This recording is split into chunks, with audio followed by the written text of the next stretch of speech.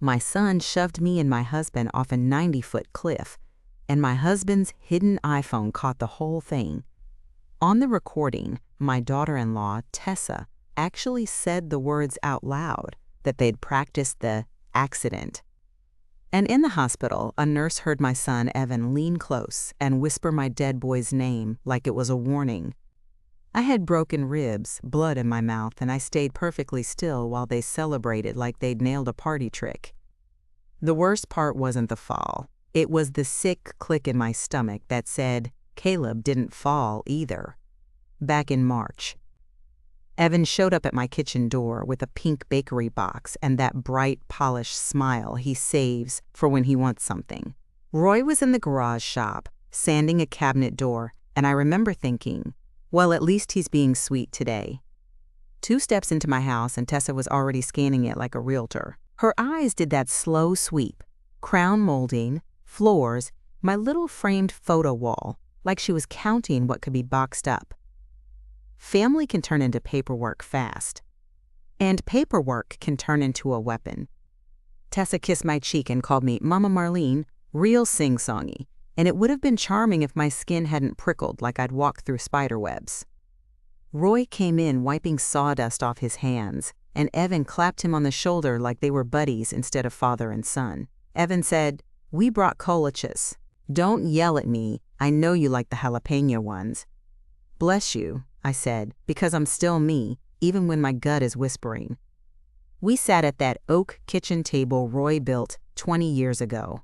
The same table we used to cram around on Sundays when Caleb was alive, laughing too loud, talking over each other, passing biscuits like the world was safe. That table has seen everything. It just never talked back. Evan slid the bakery box toward me, then set his phone down, screen up, right beside my coffee mug, not casually, not absent-minded, placed. Tessa pulled a manila folder out of her tote bag like she was producing a rabbit from a hat. She said, "So we talked to an attorney friend, just to make sure everything's protected." Roy's face tightened a little. "Protected from what?" Evan laughed like Roy had told a joke. "Dad, come on." "From life, from the state, from taxes. You know how it is." Here's the thing, Roy and I weren't helpless. We weren't rich, but we had a paid-off house in Asheville, 2 decent cars, our Wells Fargo accounts, Roy's old union pension from his best years, and my retirement. About 200 grand in assets if you stacked it all up, not a fortune, a lifetime. And suddenly my son was acting like we were a case file. Tessa opened the folder and tapped the top page with a fresh manicure. "We just think it's responsible to update your will. Since, you know, life happens." Her smile held. Her eyes didn't. Roy said, "We were already planning to go see someone, Marcus Ellison, down by the courthouse." Evan's brows lifted a hair. "Oh, you already picked him?" Roy nodded. "He did the deed paperwork years back." Evan leaned back like he was relieved, but something in his jaw set, like we'd stepped onto a board he didn't place. Control hates surprises. Even tiny ones. Tessa said, "That's fine. Marcus is great. We can all go together easier." And that was the first time I felt it, how they kept using we. Not you two, not mom and dad, we. Evan reached across the table and covered my hand with his, warm and heavy. "Mom, you've been through enough. You deserve to relax. Let us handle the hard stuff." I stared at his hand on mine, same fingers that used to bring me dandelions from the yard when he was 6, same hand now pressing down like a paperweight. I slid my hand free. "I'm capable of handling my own hard stuff." Tessa's laugh came out light as a bell. "Of course you are. It's just, why should you have to?" Because autonomy isn't something you handle. It's something you have, or you lose. 2 days later, we were in Marcus Ellison's office. Beige walls, framed diplomas, little bowl of mints that no one ever eats. Evan and Tessa sat close together like a matching set. Roy sat beside me, knee bouncing under the desk. Marcus asked the normal questions: names, assets, beneficiaries, end-of-life preferences. And then Evan cleared his throat and said, "So, here's what makes the most sense. Mom and Dad named me as the primary and Tessa as backup. We'll distribute everything fairly between the kids and any family later. It's cleaner. Cleaner for who? Roy blinked. Between the kids? What kids? You mean Noah and Mia? Evan nodded. Yeah, their future. I watched Tessa's face when Evan said, cleaner. She looked pleased, like he'd said the correct password. Marcus glanced at Roy and me. That's an option, but you can also name your grandchildren directly or include contingencies. Evan smiled at Marcus like they were co-workers. Right, but that gets messy, doesn't it? Courts, delays. If it's me, it's simple. Roy said, simple isn't always better. Evan's eyes cut to Roy, just for a second, cold. Then he warmed them back up and said, Dad, don't make this harder than it has to be. Tessa leaned toward me, voice soft. We're a united family, forever. She whispered it like a vow. It landed like a threat. Love can sound like a contract, and a contract can sound like love. I swallowed and said, why can't Roy and I just split it between you and Caleb? The air changed so fast it felt like someone opened a freezer. Evan's smile froze. Roy's knee stopped bouncing. Tessa's gaze dropped to the desk like she was studying the wood grain. I hadn't meant to do it. I mean, I did, but I didn't. Caleb's name is still muscle memory in my mouth. I say it without thinking. And then I remember I'm not supposed to. Evan cleared his throat too loud. Mom! I nodded quickly. Sorry, habit. Marcus, bless him, didn't flinch. He just said, gently, we can structure it however you want. There's no rush. But Evan looked at Marcus and said, there kind of is. And then he laughed like he'd been kidding. But his eyes weren't kidding at all. That was the controversial moment for me. Not the will, really. It was the audacity. The way he tried to put a deadline on my life. So I'm going to ask you straight. Comment below. Would you ever let your adult child set a deadline on your decisions like that? Because I sat there in that beige office and I felt my own son trying to climb into the driver's seat of my whole existence. Marcus printed drafts. We didn't sign that day. Roy insisted we sleep on it, and Evan nodded like a man who'd just been told maybe on a job interview. On the walk to the parking lot, Tessa looped her arm through mine, like we were best friends. You did great in there, Mama Marlene. I know legal stuff is stressful. I taught second grade, I said. I can handle stressful. She smiled wider. Oh, I know. That's why we're lucky to have you. Lucky. Like I was a resource. We got home, and Roy went straight to the garage. When he's bothered, he builds things. He fixes what he can touch. I followed him out there and leaned on the doorframe, watching him clamp a board down. The shop smelled like pine and motor oil and the clean sharpness of sawdust. It used to calm me. That day, it didn't. Roy said, without looking up, he's just trying to be responsible. I said, no, he's trying to be in charge.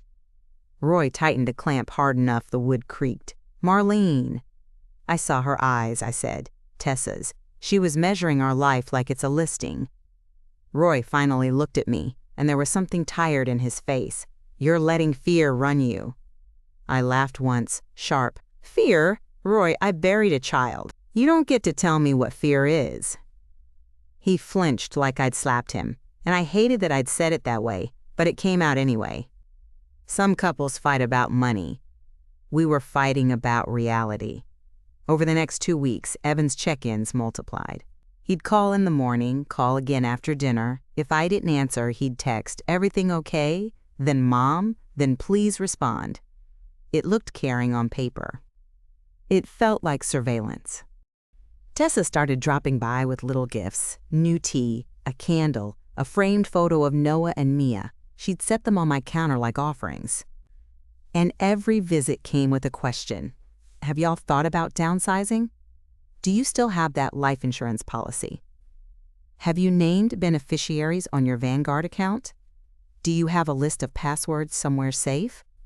One afternoon, she said, it would be safer if Evan had access to your accounts in case something happens, like if you fall, or Roy has a stroke.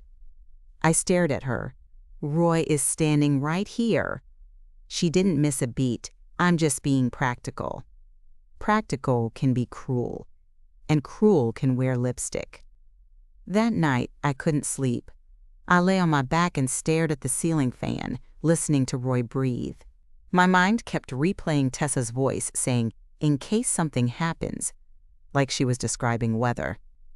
At 2:11 a.m., I got up, padded into the kitchen and opened our folder drawer, the one with the deed, the car titles, the birth certificates, all the boring stuff that becomes suddenly important when someone else wants it.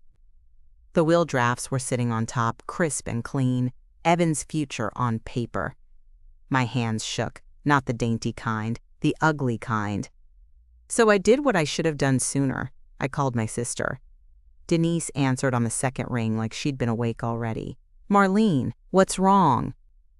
"I think Evan's trying to take over," I whispered.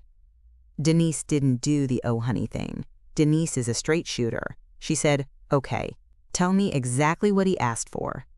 When I told her about the will pressure, the house talk, the passwords, she went quiet for a beat. Then she said, "That's not normal. That's a grab." "He's my son," I said, like that explained anything. Denise snorted. "So is a raccoon. When it bites you, still a raccoon. Don't confuse the label." I laughed, but it came out cracked.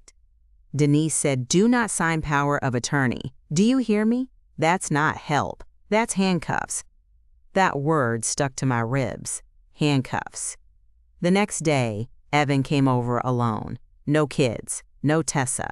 That alone told me it wasn't a family visit. It was a meeting. He sat at my kitchen table, the oak one, and folded his hands like a youth pastor. "Mom, we need to talk about a power of attorney." I set my coffee down carefully. "No." He blinked like he hadn't heard me. "It's just in case." "No," I said again. Evan's smile thinned. "Why are you being difficult?" I laughed because it was so familiar. That's what men say when a woman refuses to hand them her steering wheel. "I'm not being difficult," I said. "I'm being alive."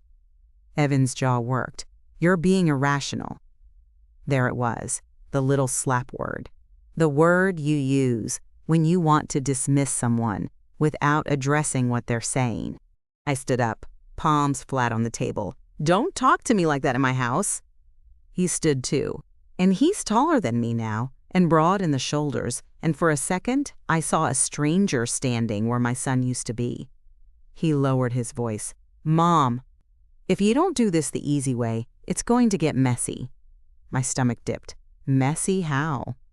He smiled again. "Too quick. Legally messy, court messy, probate messy. You don't want that." Threats don't always come with shouting.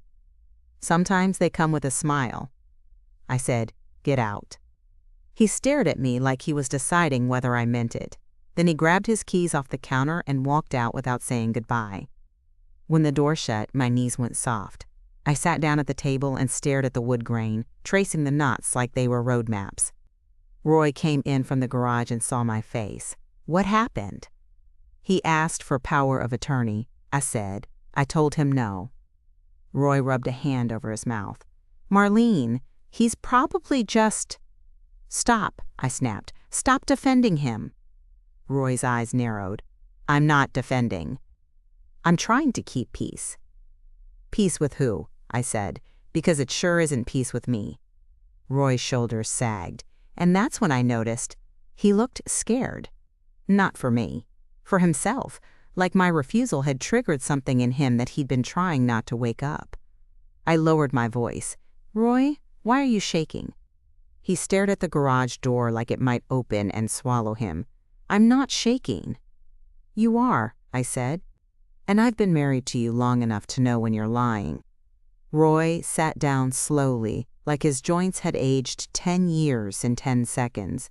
He put both hands on the table. And when he finally looked at me, his eyes were glossy in a way I almost never see. He said, "You keep bringing up Caleb." My throat tightened. "Because he's our son." Roy swallowed hard. "And because you think Evan had something to do with what happened." The room went quiet, except for the refrigerator humming. I didn't answer right away. I couldn't. My mouth went dry. Roy's voice dropped to a whisper. "Marlene, There are things about that night you don't know." My heart started pounding so loud I felt it in my ears. "Roy." He flinched at my tone. I stood up, then sat back down, then stood again, like my body didn't know what to do with the truth trying to come in. Roy stared at the table. He said, "I thought keeping quiet was protecting you." "Protecting me from what?" I asked, and my voice sounded far away. Roy's fingers curled into the edge of the oak. "From losing my last son." That sentence hit like a thrown brick. Because you can't say last son unless you believe the first one was taken, not lost, taken. The past doesn't stay buried. It waits.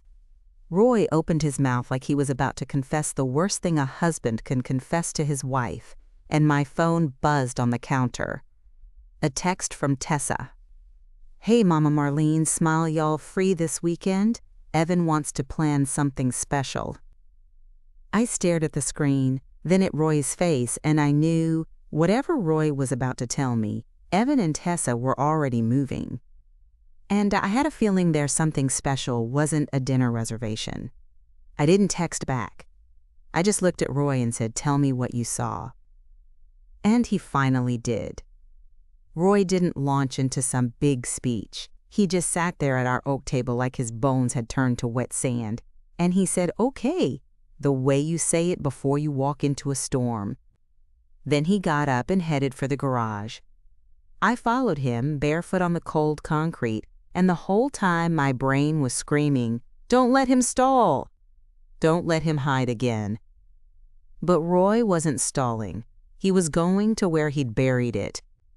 He yanked open the bottom drawer of his old tool chest, the one that sticks unless you lift and pull at the same time, and out came a flat cardboard box, the kind you'd use for Christmas ornaments, except this one had my handwriting on it, faded, Caleb stuff.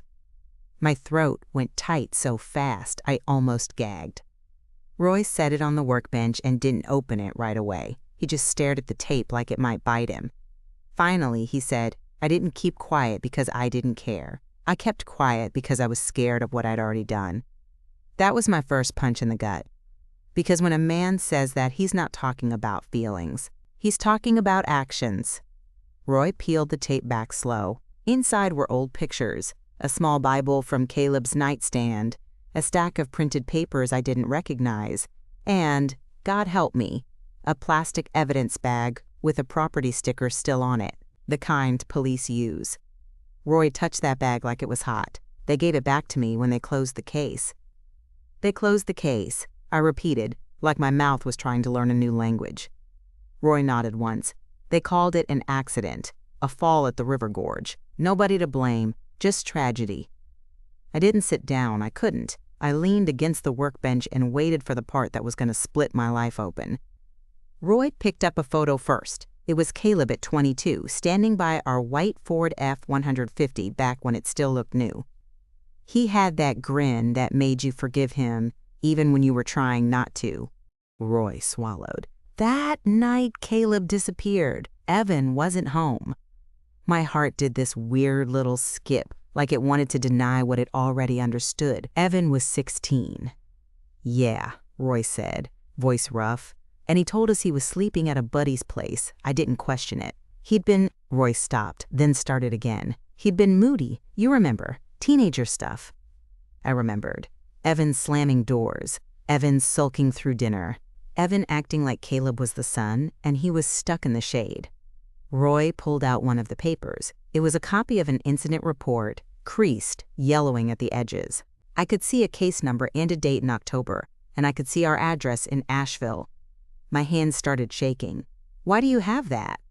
Roy didn't look up, because it never sat right.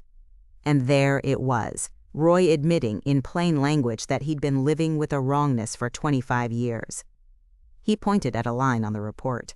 "Evan returned home at 3:12 a.m. I stared at him. We didn't know that. Roy's eyes flicked up and away. I did. My mouth fell open. "Roy." He held up a hand, palm out, like he was bracing himself. I heard the truck. I went to the window. Evan came in through the side door. He had mud up his jeans and his hands were scraped. Not just a little, like he'd slid down rock. My stomach rolled. And you said nothing? Roy's face crumpled. I asked him where he'd been. He said, out. That's all, out. Then he looked at me. Marlene, I swear to you, he looked at me like a grown man, not a kid. Roy swallowed hard. And he said, if you want me in this family, you'll stop asking. Cold traveled up my arms. That was not teenager stuff. That was a line in the sand. Roy's voice dropped even more. So I stopped asking. I couldn't breathe right. I pressed my hand to my chest and tried to slow myself down. Did you tell the police? Roy's eyes went glossy. No. Why? I snapped, and I hated how sharp it came out, but it did. Roy flinched. Because Caleb was missing. You were falling apart. Evan was still here. He rubbed his face like he was trying to wipe the past off. I kept telling myself, maybe he'd just been joyriding. Maybe he'd met friends. Maybe he'd been stupid and got into a fight. Anything but what my gut was whispering. I stared at the evidence bag again. What's in that?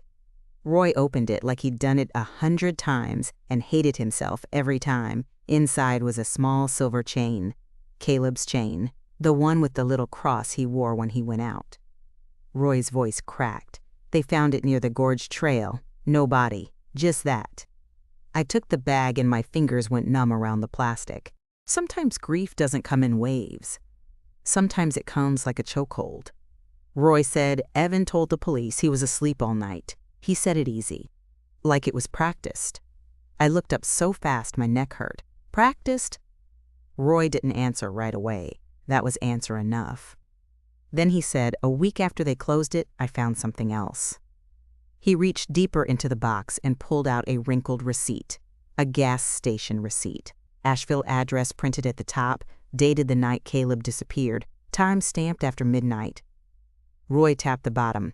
See the last 4 digits? That's my debit card, Wells Fargo. My skin crawled. Roy, you weren't there.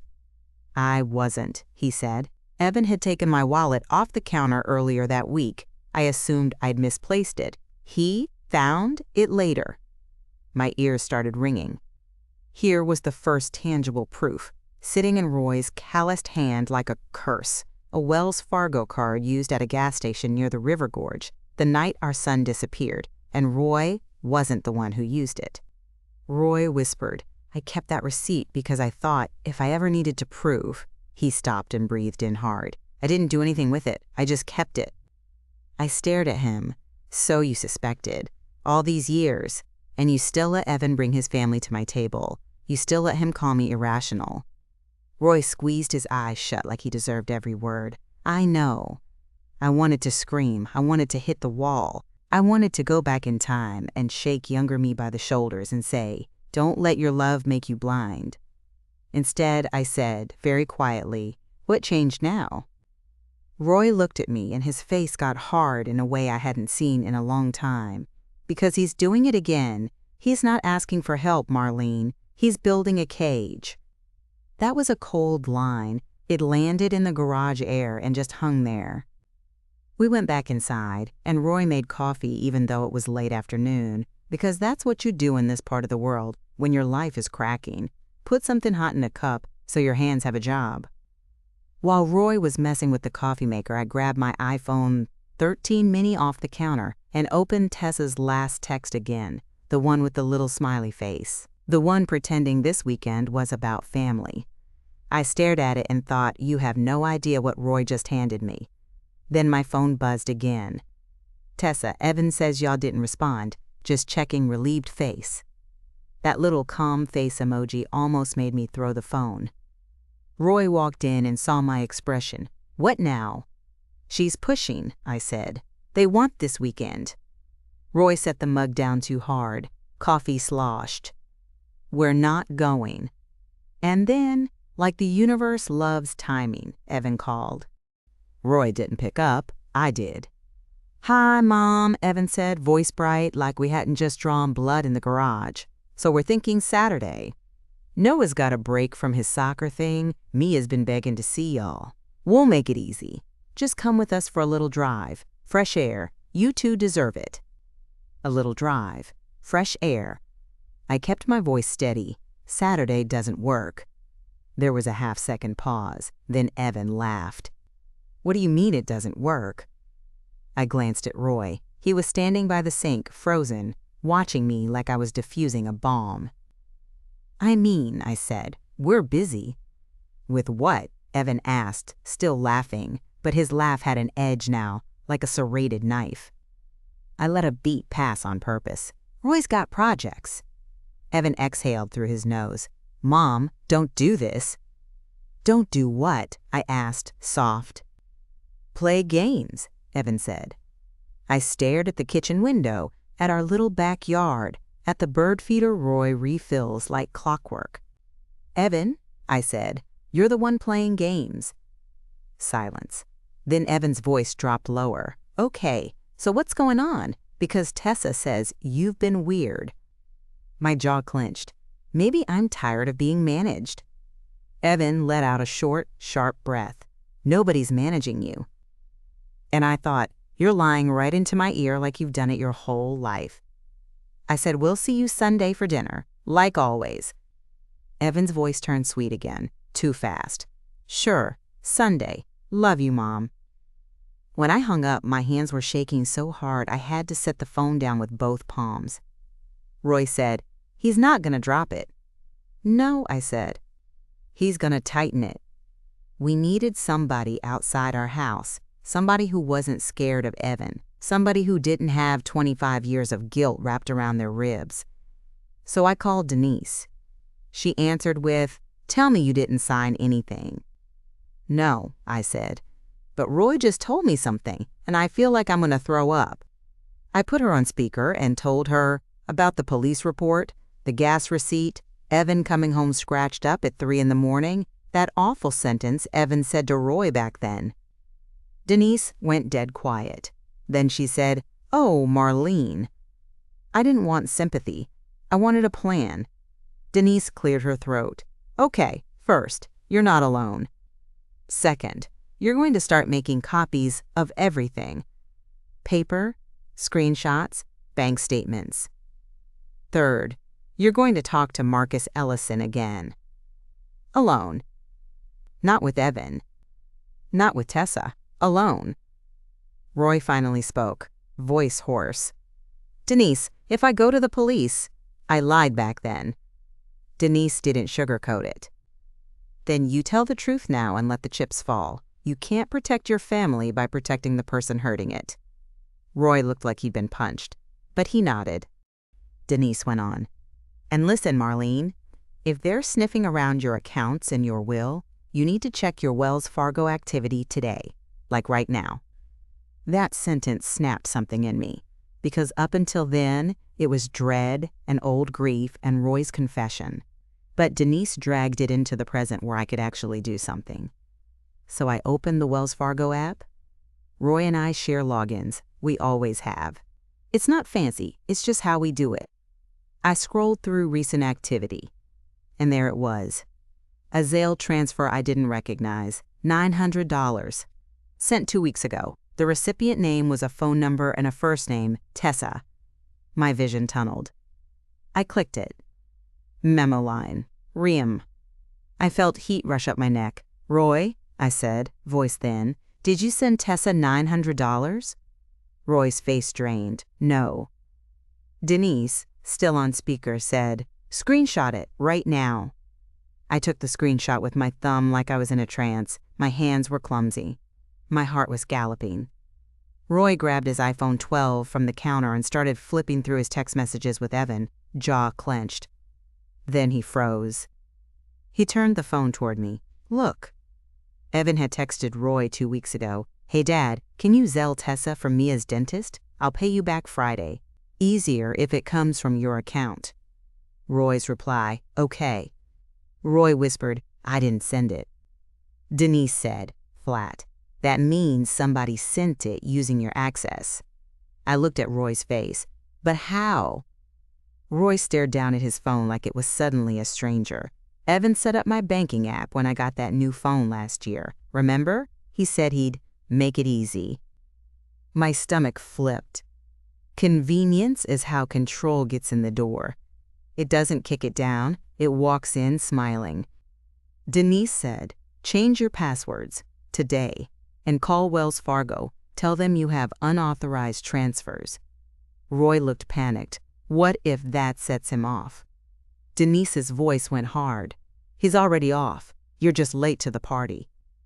Roy and I spent the next hour doing things I never thought I'd have to do against my own son. Resetting passwords, turning on two-factor authentication, writing down new codes on a legal pad like we were teenagers hiding secrets from our parents. I called Wells Fargo and waited on hold, listening to that cheerful music that feels like a joke when your life is burning. When I finally got a human, I kept my voice calm. I said, "There's a Zelle transfer I didn't authorize. I need to report it." The representative asked questions, and I answered, and Roy paced behind me like a trapped animal. When the representative said, "Ma'am, do you know who might have access to your account?" I stared at my kitchen wall and felt my insides twist. I said yes. I didn't say his name out loud, not yet. After I hung up, Roy sat down at the table and put his head in his hands. I wanted to comfort him. I also wanted to shake him, so I did neither. I just stood there and breathed. Then my iPhone buzzed again. An email notification from Marcus Ellison's office.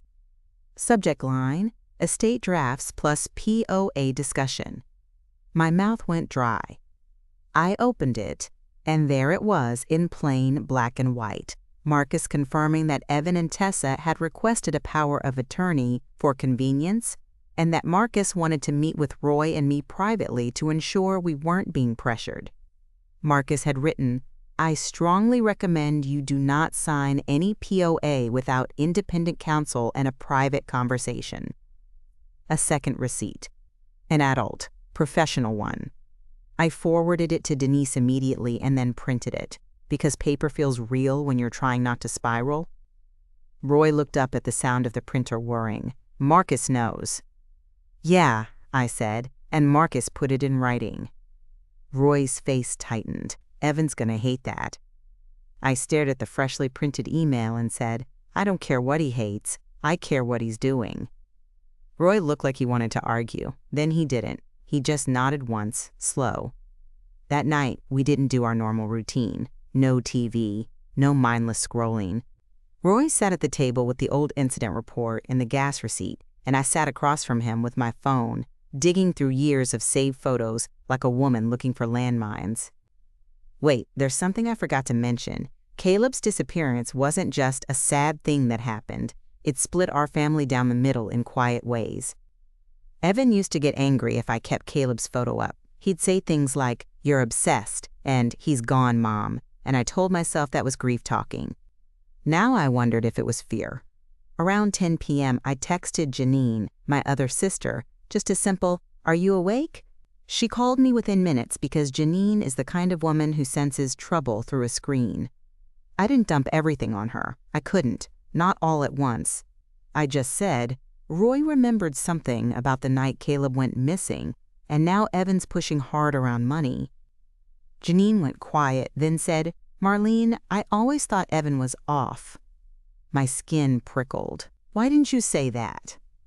"Because you'd have hated me for it," Janine said, voice gentle, "and because Roy never let anyone talk about Caleb for too long. He'd shut down." I stared at Roy across the table. Roy was staring right back like he could feel his name being spoken in my other sister's mouth. Janine continued, "After the funeral, Evan told me something weird. He told me you needed to move on and that he'd handle Dad. I thought it was just him trying to be the man of the family." The hair on my arms stood up. "Handle Dad."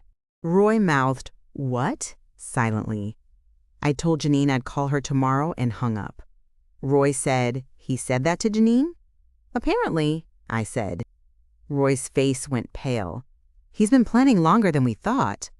Another cold line, and it made the room feel smaller. The next morning, Roy and I drove to Marcus Ellison's office ourselves. No Evan, no Tessa.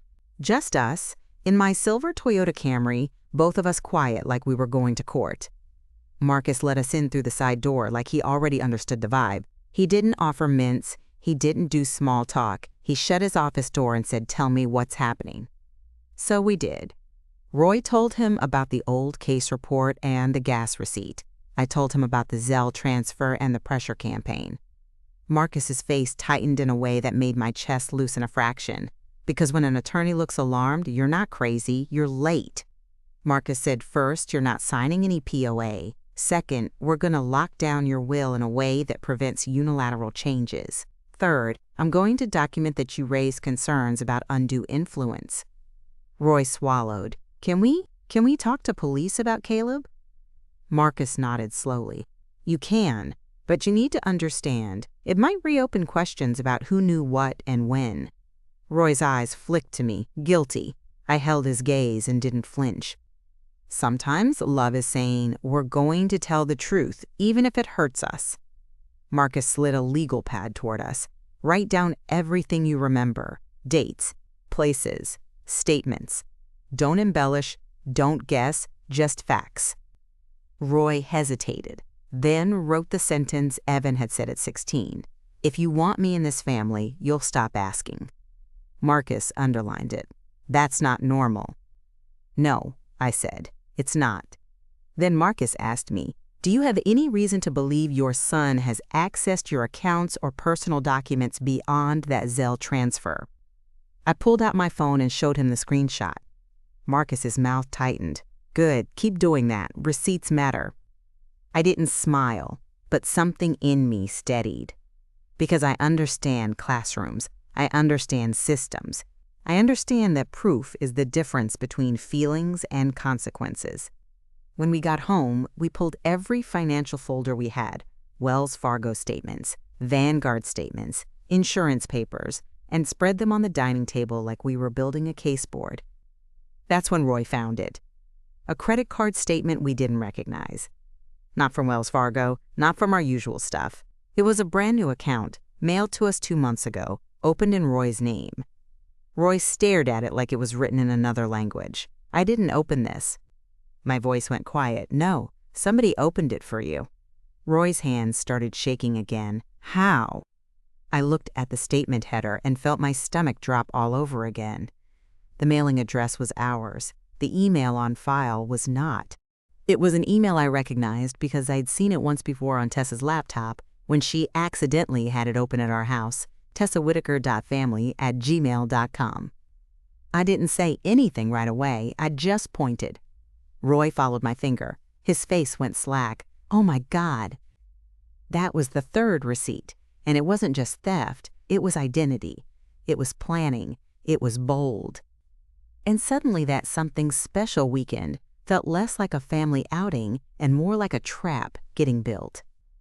My phone buzzed, like the universe couldn't resist twisting the knife. A text from Evan this time. Mom, we need to talk. Today, I'm coming by. No question mark. No, is that okay? Just an announcement. I looked at Roy. Roy looked at me. Outside, down our street, I heard the low rumble of an SUV engine slowing, tires crunching on gravel. Roy whispered, "That's him." I stared at the front door like it might explode inward. And all I could think was, we just took the keys away from a man who believes he owns the car. The doorknob turned, and I knew, whatever came out of Evan's mouth next, it wasn't going to be a request. Stay with me, because what he said on my porch is the moment I stopped being scared of my own son. Evan stepped into my doorway like he owned the hinges. He didn't smile. He didn't even do the fake warmth. His eyes went straight past me into the house, past the kitchen, past the dining table covered in papers, like he was checking what we'd been up to. "You've been making calls," he said. "Not hello, not how are you. Just an accusation, delivered soft." Roy moved up behind me. I felt him there the way you feel a storm building. Pressure, static. Evan glanced at Roy and his mouth twitched, like he was disappointed Roy hadn't already folded. I kept my hand on the door edge. I didn't open it wider. "What do you need, Evan?" He took a slow breath through his nose. "I need you to stop treating Tessa like she's some criminal." That was my first shift, my first real little click of power. Because he didn't say, "Stop treating me," he said, "Tessa." He'd come to defend his teammate. I held his gaze and said, Then she can stop acting like one. Evan's eyes sharpened. What did you just say to me? I didn't back up. My voice came out steady, and that surprised me. I said what I said. Roy made a small sound behind me, like he was trying not to interrupt but couldn't help it. Evan's attention snapped to him. Roy didn't raise his voice. He didn't posture. He just said, "Get off our accounts." Evan blinked, and in that blink, I saw it. Pure calculation. He hadn't expected us to say the quiet part out loud. "What accounts?" Evan asked, a little too light. "The Wells Fargo," Roy said. "The Zelle. The credit card in my name. Don't play dumb." Evan's face changed. Not angry exactly, more like offended, like we'd accused him of something he felt entitled to do. He let out a short laugh. "Dad, are you kidding me? You think I'm stealing from you?" I watched his eyes while he spoke. He kept flicking to my phone on the counter behind me like he was trying to see if it was recording. So I did something I'd never done with my own child. I lifted my iPhone and set it on the little entry table, screen up, camera facing us. Evan's gaze locked on it. I said, "Say it again." His nostrils flared. "Say what again?" "Say you didn't do anything with our accounts," I said. "Right here. Clear." Evan stared at me like he couldn't believe I'd turned the air into evidence. "Mom, this is insane." "No," I said. "What's insane is a credit card opened in your father's name with your wife's email attached." That landed hard. Evan's jaw clenched so tight I thought his teeth might crack. "Where did you get that?" "In our mail," I said. "Where it was sent." Roy stepped forward, so Evan couldn't ignore him. "I didn't open it." "You know I didn't, so explain." Evan's voice went low. "You're really doing this." Roy didn't blink. "Yeah, I am." Evan looked at Roy for a long second, and something in his expression shifted, like he was weighing which lever to pull. Then he turned back to me. His tone changed completely, softer, concerned, almost tender. "Mom," he said, "this is what I was worried about." I felt my skin crawl. "What are you talking about?" "You're confused," Evan said, like he was diagnosing me. "You've been stressed. You haven't been sleeping. You're spiraling. I told Tessa this might happen." Roy made a sharp sound. "Don't you dare." Evan held up both hands like he was calming a wild animal. "I'm not trying to fight. I'm trying to help." Help, that word again. I said, "If you were helping, you wouldn't be trying to make me sound unstable." Evan's eyes narrowed. "I'm not making you sound like anything. I'm describing what I'm seeing." Roy's hands curled into fists, but he stayed behind me. He was shaking, and I could tell he was forcing himself to stay quiet because he knew Evan liked it when Roy exploded. Evan could point to that and say, "See, he's the problem." Evan's voice turned even more gentle. "Mom, you know I love you, but if you're going to accuse my wife of fraud, we might need to involve people." There it was, a new threat, upgraded. "Involve who?" I asked. Evan sighed like he hated to say it. "Adult Protective Services, a social worker, someone objective."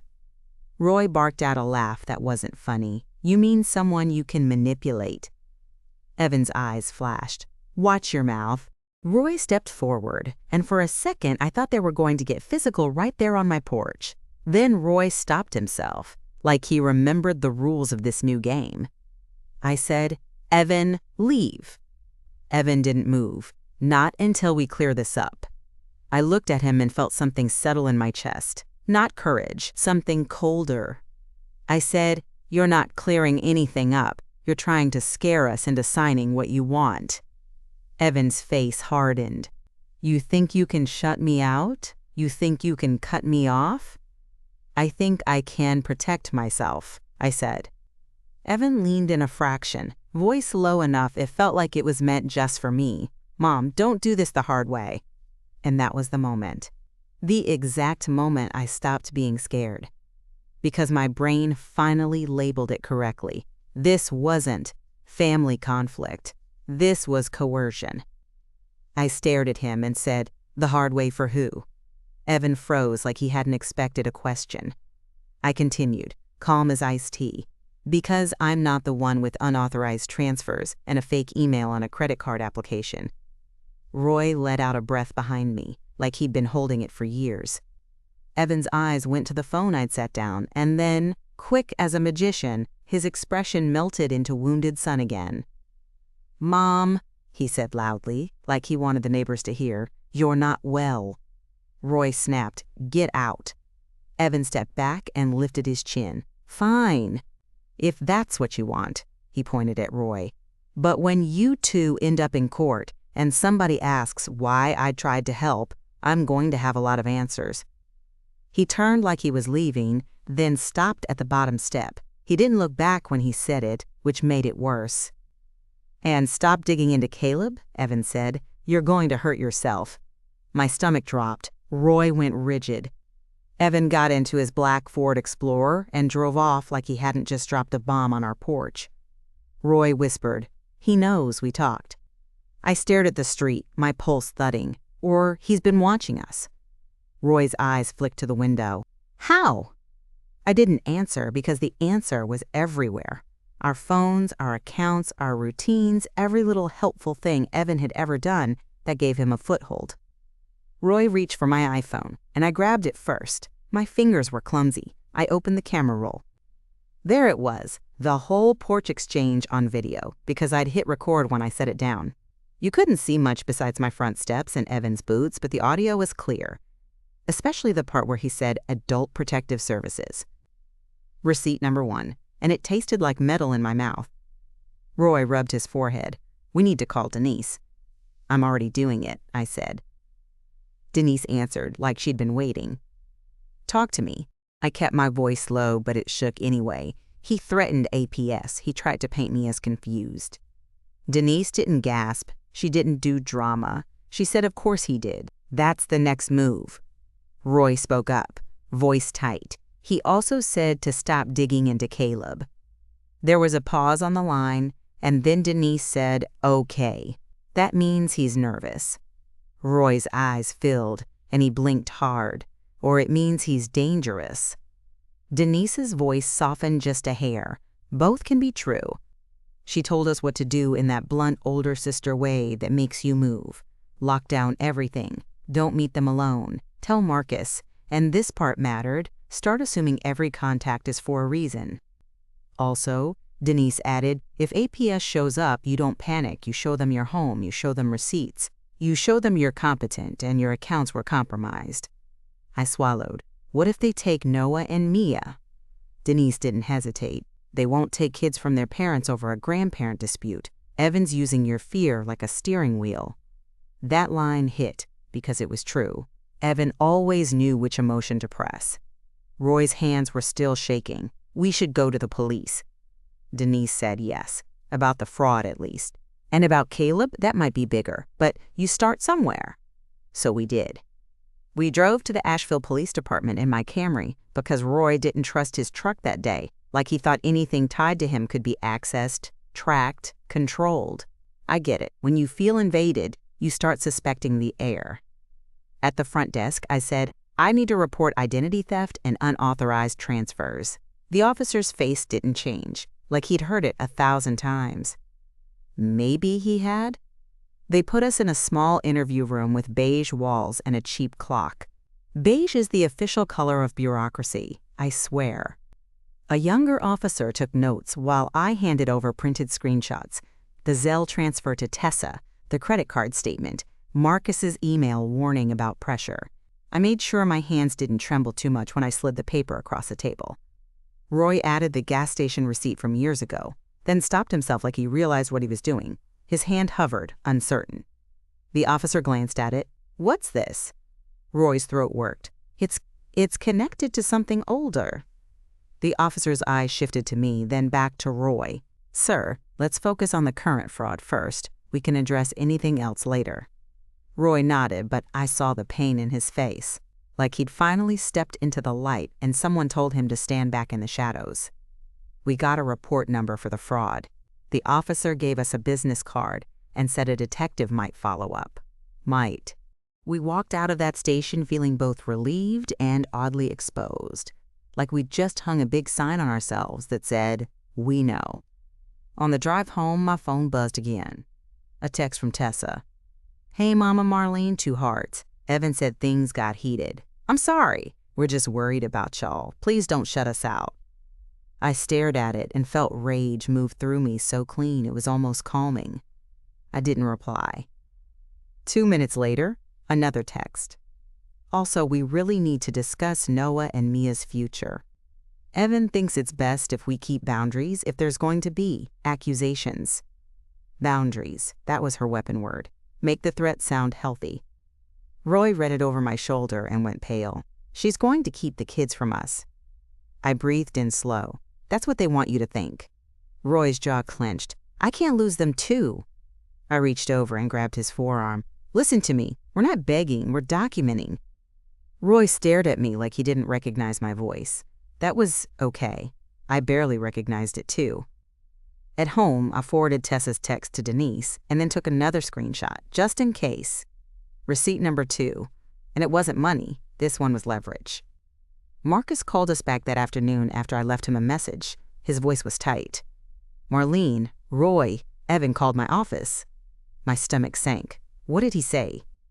Marcus exhaled. "He said you were being manipulated by outside family, and he wanted to schedule an urgent meeting to correct misunderstandings." Roy let out a bitter laugh. "Outside family, that's Denise." Marcus continued. "He also asked if I would provide documentation that you're competent to sign legal documents." I stared at the wall. "He wants a paper that says I'm sane." Marcus didn't say it like that, but his pause did. "Yes." Roy's voice cracked. "Can he do this?" Marcus's tone turned firm, attorney firm. "He can try. But here's what matters. You will not meet with him here. If he shows up, we document. If he files anything, we respond. And Marlene, this is important. You need to stop communicating with them by phone. Text only, email if possible, keep everything." So yeah, that was the plan starting to take shape. We weren't going to out-muscle Evan. We were going to out-document him. That evening, Denise drove down from her side of town like the cavalry in a Ford sedan. She marched into my kitchen, saw the papers on the table, and nodded once like she approved of the mess. Denise said, "Okay, first thing, you 2 are going to set a trap." Roy stiffened. "A trap?" Denise pointed at the credit card statement. "They already set theirs. You're just stepping out of it." Denise laid it out like she was building a lesson plan. God, I miss teaching sometimes, because I understood her brain. She said we needed Evan and Tessa to put their intentions into words we could keep. "Don't poke the bear for fun," Denise said. "But if the bear keeps coming, you make sure the camera is on." Roy looked uneasy. "What if he snaps?" Denise's eyes narrowed. "He's already snapping. He just does it in a nice shirt." She told us to do 3 specific things. 1, change every password again and stop letting Evan help with any technology, ever. 2, put a freeze on Roy's credit, and mine too, because if they could do it to him, they could do it to me. Denise pulled out her phone and walked us through it step by step like a drill sergeant. 3, agree to this weekend, something special, but on our terms, public meetup first, our own car, and Roy's iPhone recording the entire time. Roy stared at her. "You want us to go with them?" Denise nodded. "I want you to make them comfortable enough to keep talking." I felt my stomach twist. That sounds like walking into the lion's mouth? Denise shrugged. "Sometimes that's where the proof is." Roy went pale. "Marlene?" I held up a hand. "Let's talk it through." Because here's the thing. By then, I could feel the trap regardless. If we refused, Evan could weaponize it.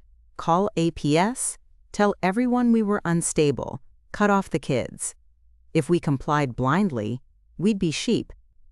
But if we complied strategically, we could flip the board. Roy looked sick, but he nodded slowly, like a man agreeing to a surgery he didn't want. Denise leaned closer. "And you don't go anywhere isolated, not an overlook, not a trail, not a private picnic. You keep it public, you keep it witnessed." That line stuck. because it told me Denise's gut had already pictured something worse. Then Roy said something that made the room go quiet. He whispered, "Evan asked us to go for a drive." Denise's eyes flicked to me. "When?" "Today," Roy said, "in that call you took before he came over." Denise sat back, slow. "Okay, that's not a coincidence." The air in my kitchen felt heavy. I said, "What do we do if they insist?" Denise's mouth turned flat. "Then you insist back. You're still the parents. You still say no." Roy rubbed his hands together like he couldn't get warm. He doesn't act like I'm his dad anymore. I didn't even mean to say it, but it came out clean. Then we stop acting like he's our son when he's behaving like our enemy. That was one of those lines that makes the room go still after you say it. Roy looked like I'd slapped him, and then he looked like he agreed and hated himself for it. Denise nodded once. "There you go." That night, I drafted a text to Evan with Denise watching over my shoulder like an editor. I wrote, "We can meet Saturday for lunch, public place, then we'll see." Denise said, "Good, short." Roy said, "Where?" I picked a place we'd actually go, an Asheville diner off a main road. Nothing fancy, lots of people, lots of noise, the kind of spot where a raised voice draws eyes. I sent it. The typing bubble popped up almost instantly, like Evan had been waiting. "Evan, lunch is fine, but after, we're taking you somewhere special. No arguing." My stomach tightened. Denise whispered, "Screenshot." I did. "Evan, it's for family, for closure. You owe us that." "Oh." Roy's face changed at that word. He whispered closure. He's talking about Caleb. Denise's eyes narrowed. Or he's using Caleb as bait. Either way, it wasn't good. I typed back, "We'll decide after lunch." Evan's reply came fast. "Mom, don't embarrass me." And that's when I understood something ugly. Evan wasn't scared of hurting us. He was scared of losing control of the narrative. Receipt number 3, his "no arguing" text, and that "you owe us" line. It read like a command, not a son inviting his parents anywhere. The next morning, I woke up to an email from Wells Fargo, an automated fraud confirmation with a reference number and the words, "under review," plain, sterile language. It should have made me feel safer. Instead, it made me realize how fast Evan could move. Because once a bank starts asking questions, the person who did the thing usually panics. And panic makes people reckless. Around noon, Roy got a call from an unknown number. He didn't answer. It went to voicemail. When he played it, a woman's voice said, "Hello, this is Adult Protective Services. We received a concern call and would like to schedule a wellness check." Roy's face went gray. Denise, who'd been sitting at the table with us again because she refused to leave us alone, muttered, "There it is." Roy's voice shook. "He did it." Denise said, "Or Tessa did. Same team." I felt this strange mix of fear and relief. Fear because APS is serious and invasive. Relief because now we had proof of escalation. Now it was officially outside the family. I called the number back with Denise beside me. I kept my voice polite, steady teacher voice. I said, "Yes, I'm Marlene Whitaker. I'm fine.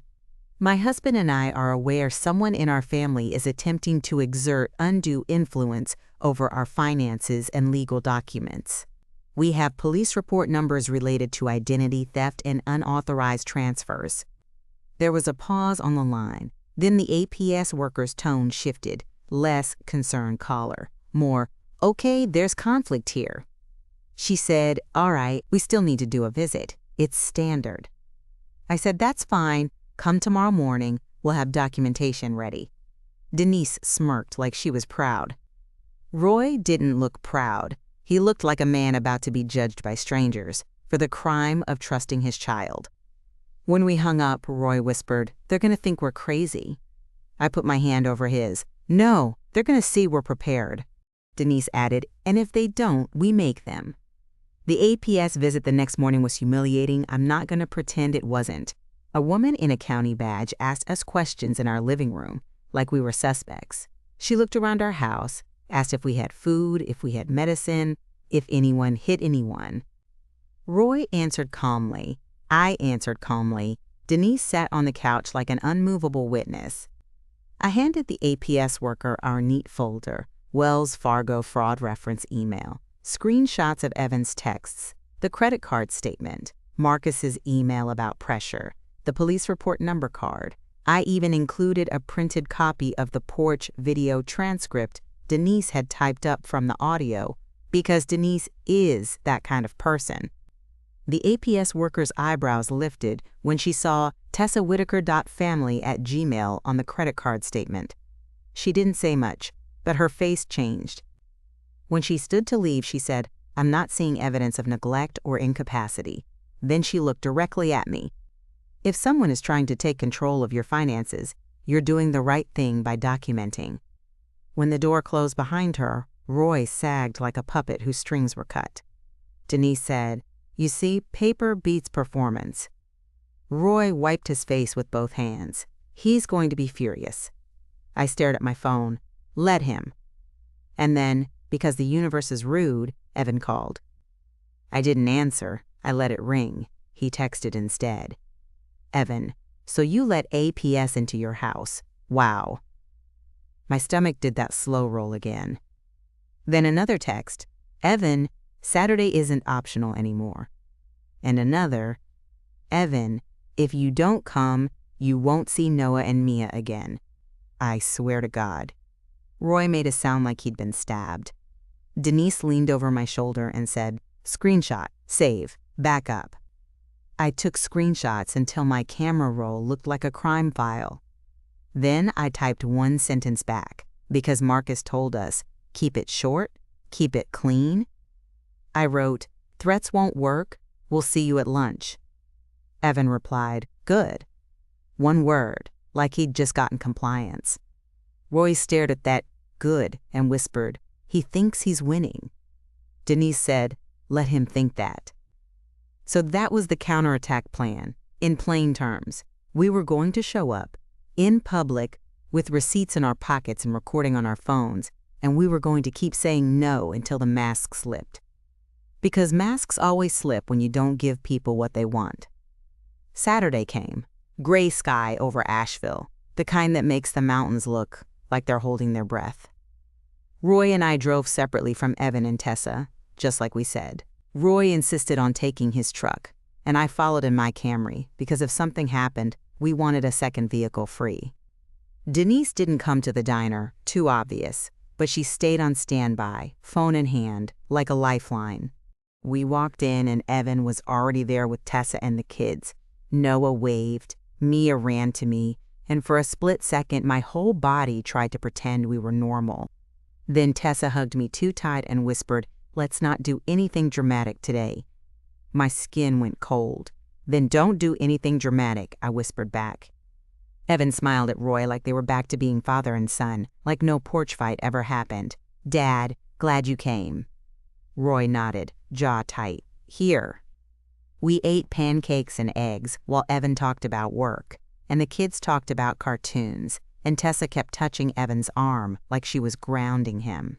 The whole time, my iPhone sat in my purse recording audio, and Roy's iPhone was recording too, because Denise taught us redundancy. Halfway through the meal, Evan slid an envelope across the table toward Roy. Roy didn't touch it. "What's that?" Evan's smile stayed fixed. "Just something to make everything easier." Tessa chimed in, voice sweet. "It's a family agreement, so we can stop fighting." Roy stared at the envelope like it was a snake. I reached over, pulled it toward me, and opened it right there. Inside was a printed power of attorney form, filled out, names typed in, signature lines waiting like open mouths. Evan said, "We just need you to sign. Then we can go." Roy's face flushed. "No." Evan's smile twitched. "Dad." Roy said it again, louder, steady. "No." Silence spread over our side of the booth. Noah's eyes darted between the adults. Mia stopped chewing. Tessa's voice turned low. "Roy, don't do this in front of the kids." Roy looked straight at her. Then don't bring legal papers to breakfast. Evan's eyes went flat. We're done pretending. There it was, the mask slipping. Finally. Evan leaned in, voice quiet but hard. You're coming after lunch. You're signing, or you're coming anyway. Either way, you're coming. My stomach nodded. Where? I asked. Evan's mouth curved, and it wasn't a smile. Somewhere you should have gone a long time ago. Roy's hand shook on the table. Don't. Evan's eyes locked on Roy. You kept her in the dark, Dad. Now we're gonna fix it. Fix it. That word sounded like a shovel hitting dirt. I slid the power of attorney back into the envelope and stood up. My voice came out calm, and I don't know where I got that calm from, but I used it. We're leaving, I said. Evan's hand shot out and grabbed my wrist under the table, hard enough to hurt. Tessa's eyes widened, but she didn't stop him. Roy stood up so fast the booth shook. Let her go. Evan released me and leaned back like he hadn't done anything. Sit down, Dad. Roy didn't sit. Evan's eyes flicked to the kids. Then he softened his voice again, just for them. Noah, Mia, go with Mom to the car for a second, okay? Daddy needs to talk to Grandma and Grandpa. Noah hesitated. Mia looked confused. Tessa smiled at them, too bright. Go on, sweeties. My heart cracked a little, because even then, even after everything, the kids trusted their parents. Noah slid out. Mia followed, holding my hand. I walked them outside, and Roy trailed behind us. Evan and Tessa came after a moment later, moving like they'd already decided how the day would go. In the parking lot, Evan stepped close to Roy and said, low enough the kids couldn't hear, You're gonna get in my Explorer. Roy's jaw tightened. No. Evan's eyes flashed. Then you won't see them again. Tessa said, softly, like she was offering a compromise. Just come. It'll be quick. I looked at Roy. Roy looked at me. I could see him calculating, like a man trying to choose between two kinds of pain. And then Roy did something I did not expect. He lifted his iPhone 12, held it up between them and said, clear as a bell, say that again, about the kids. Evan froze. Tessa's eyes darted to the phone. Roy's voice didn't shake. I want you on record. Evan's face changed, rage trying to break through politeness. He leaned in and hissed, Turn that off. Roy didn't. He just stared. And Evan, because he couldn't help himself, said it anyway. If you don't get in the car, you'll never see Noah and Mia again, Evan said. Ever. The words sat in the air like exhaust. I felt something inside me go perfectly still. Because now we had it. Clean, clear, no misunderstanding, no concern. A threat, on tape. Evan's gaze flicked to the diner entrance, like he realized too late how public he was being. Then he smiled, sharp, controlled, and said, Good, you got your little clip. He opened the rear door of his Explorer and pointed inside. Now get in, he said. And Roy, with his shoulders squared like a man marching into the worst day of his life, looked at me and whispered, We're not safe here anymore. I stared at Evan's open car door, at the kids' faces, at Tessa's hand resting on Noah's shoulder like a clamp. And I knew the next move mattered. Because if we got in, we might not get out. And if we didn't, Evan would burn our lives down in a different way. Roy's phone was still recording. Evan's eyes were still smiling, and my feet wouldn't move. Stay with me, because what happened in that parking lot is the moment we realized the special place wasn't about closure. I moved first. Not toward Evan's open door, toward my grandkids. I crouched down in front of Noah and Mia, right there on the asphalt, right there in the middle of that parking lot drama, and I smiled like everything was normal, because kids can smell fear like smoke. Hey, I said softly, you two want to help Grandma with something? Noah's eyes flicked to his dad, then back to me. Are we in trouble? My chest squeezed. No, baby. Grown-up stuff. You didn't do anything. Mia clung to my hand, sticky fingers and all. I don't want to go. Tessa stepped forward like she was the reasonable one. "Mia, sweetie, it's okay. Mommy's right here." Her voice was honey. Her hand on Noah's shoulder was steel. Evan was still by his Explorer, still pointing like he was directing traffic. He didn't rush. That was the part that scared me. He wasn't frantic, he was certain. Roy's face was tight, and I could see him doing math in his head that had nothing to do with numbers. I stood up and looked right at Evan. "If you want to talk, we can talk, but the kids ride with me." Evan's eyes narrowed. "No." I didn't blink. "Yes." His jaw ticked. "Mom." I cut him off. "Noah and Mia aren't getting dragged into this." Evan's mouth curled. "Dragged into what? You're the one making a scene." Roy lifted his iPhone again, not as obvious as before, just enough that Evan noticed. "Say no again. About the kids." Evan's eyes flicked to the phone. He hated that thing now. Tessa exhaled like she was tired. "Fine, they can go with you." Then she added, "Quick, after we all go together and have a family day." "That's the point." I shook my head. "No lunch is done. We're done. We're leaving." And that's when Evan's face changed, like a switch flipped behind his eyes. He stepped close enough that I could smell the diner coffee on his breath. "You're not leaving," he said, low and flat. "Not until we finish." Roy took a step toward him. "Back up." Evan didn't back up. He glanced at Noah and Mia, then back at me, and his voice turned sweet in a way that made me want to wash my skin off. "Mom," he said louder, "you're upset. It's okay. But you're going to regret making the kids watch you spiral." Noah stiffened at that word. Spiral, like he understood more than he should. I felt my temper go cold. "Don't talk about me like I'm not standing here." Evan smiled with no warmth. "Then act like you can stand on your own." That was the moment I understood the power play. He wanted the kids to see us as unstable. He wanted witnesses, tiny, innocent witnesses, on his side. I bent down again and looked at Noah. "Go sit in my Camry with Mia, lock the doors, turn on the radio." Noah's eyes widened. "Why?"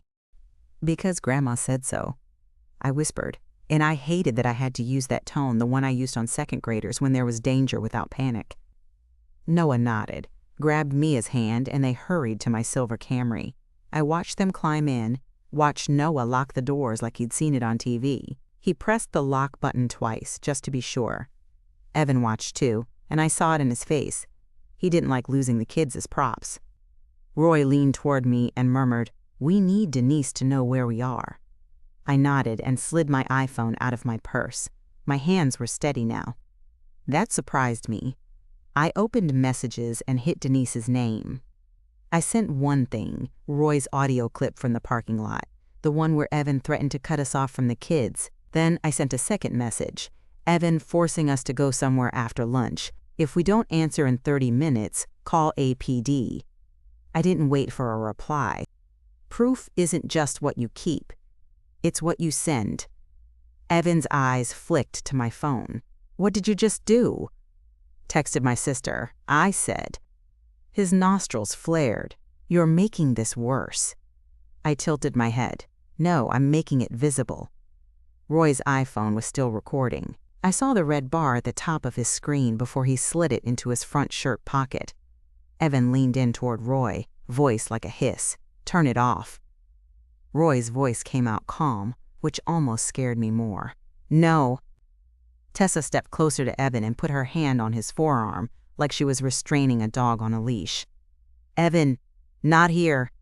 He stared at her for a beat, then exhaled through his nose and forced his face back into family man. "Okay," Evan said, louder for anyone nearby. "We'll do it your way. Separate cars."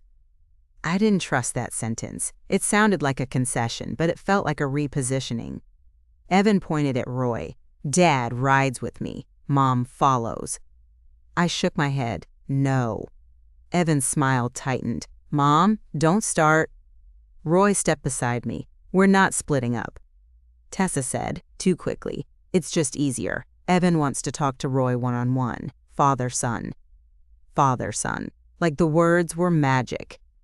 Roy's eyes went hard. "You don't get to use that now." Evan's face twitched. "Then what do you want?" I said. We go in our vehicles. You lead. We follow. If we don't like where you're going, we turn around. Evan stared at me like he was deciding whether to fight it. Then he smiled again, sharp, controlled. Fine, follow me. He turned and opened his Explorer's driver door. Tessa slipped into the passenger seat like she'd been assigned there. They didn't look at the kids in my Camry. They didn't wave. They didn't say bye. That's another way you can tell it's not about family. Family includes the kids. Roy climbed into his white F-150, hands tight on the wheel. I walked to my Camry, tapped on the window, and Noah cracked it a couple inches. You did good, I whispered. You two just sit tight. Grandma's gonna drive, okay? Noah nodded, eyes serious. Mia's lower lip trembled. I swallowed hard. I love you. I love you, Mia whispered back. I got in, buckled them in like we were going to a soccer game, and pulled out. Evan's black Explorer rolled ahead. Roy's truck slid in between like a shield. For the first 5 minutes, Evan drove normal. Main roads, stoplights, Asheville looking like Asheville, mountains in the distance, gray sky, people just living their Saturday without knowing my whole life was tilting. Then Evan took the turn toward the Blue Ridge Parkway. Roy's brake lights flashed once. He slowed, then kept going. My stomach tightened. This was not a family day. This was a route. I pulled my phone out and, without thinking too hard, shared my location with Denise. I didn't announce it. I just did it. When someone has been controlling your life, you start learning how to build exits quietly. We climbed higher, winding roads, trees still bare in places, because March in North Carolina likes to pretend spring is coming while winter still has a hand on your ankle. The Explorer kept a steady pace, not too fast, not too slow, like Evan wanted control without attention. After about 20 minutes, my phone buzzed. Denise, I'm on it. Keep recording. If anything feels wrong, call 911 and stay in public. I didn't reply because I was watching the curve of the road and Roy's truck ahead of me and thinking about that word Evan used, closure. He wanted something closed. That didn't mean it was grief. Evan turned onto a smaller pull-off area with a sign that read, Overlook. Roy hesitated. I saw his truck drift slightly like he wanted to keep driving. Then Evan's Explorer stopped, and Tessa got out and waved like a tour guide. Roy pulled in. I pulled in behind Roy. The Overlook was quiet. 2 other cars parked farther down. A couple standing at the rail taking pictures like it was just another Saturday. Wind cut through the trees and made that hollow sound that always makes you feel small up there. Evan got out and clapped his hands once. Okay, this is it. Roy stepped out slow, like he was stepping onto ice. I opened my door and told Noah and Mia, stay buckled. Doors locked. Don't open for anybody. Noah swallowed and nodded. He was quiet. Too quiet. That boy was filing this away, and it broke my heart. I shut the door and walked to Roy. He didn't look at me. He was staring at the rail and the drop beyond it. Evan said, bright, you like it? It's beautiful. Tessa smiled and smoothed her hair. It's peaceful. Peaceful. Overlook. Drop. My skin went cold. Evan pulled the envelope with the power of attorney out of his jacket like he'd been waiting all day for this moment. We sign, we breathe, we move on. Roy didn't reach for it. No. Evan's smile faded. Dad.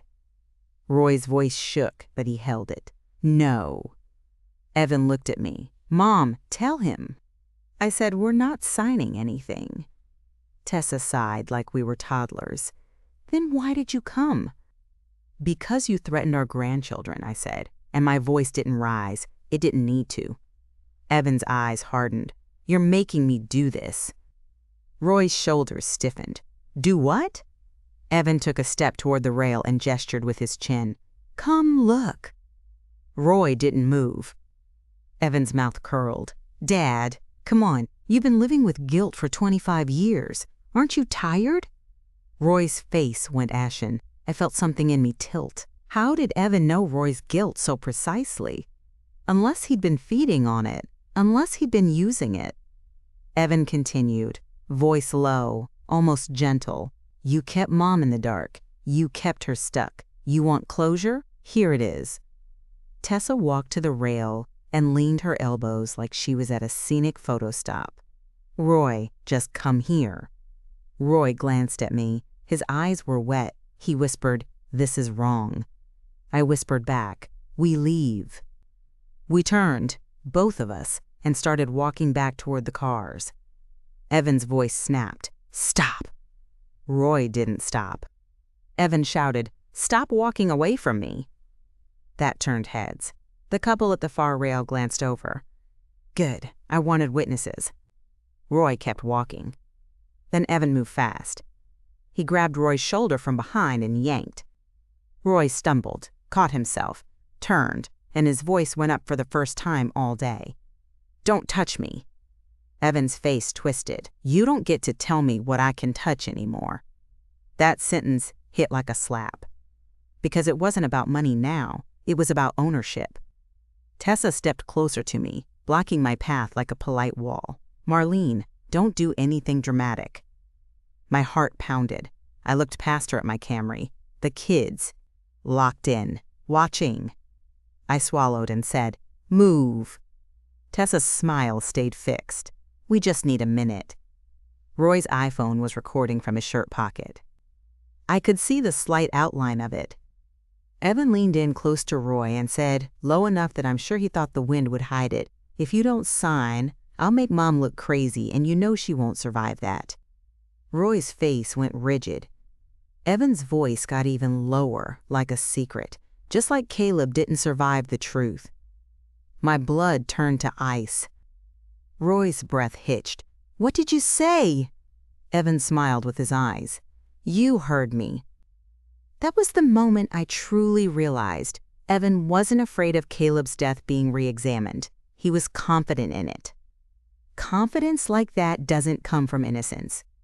Roy whispered, you did it. Evan shrugged like it was a mild disagreement. He was always going to leave you. Roy's jaw clenched. He was my son? Evan's eyes went flat. So was I. Then Evan looked at me and said, loud, Mom, do you see what I mean? He's unstable. He's losing it. Tessa nodded sympathetically like she was watching a tragedy play out. I took a step toward my car, and Tessa shifted with me, still blocking. I said, get out of my way. Tessa's smile tightened. You'll regret making me the bad guy. I stared at her. You made yourself the bad guy the minute you used your email to open a credit card in my husband's name. Her eyes flashed, then smoothed back out. You can't prove that.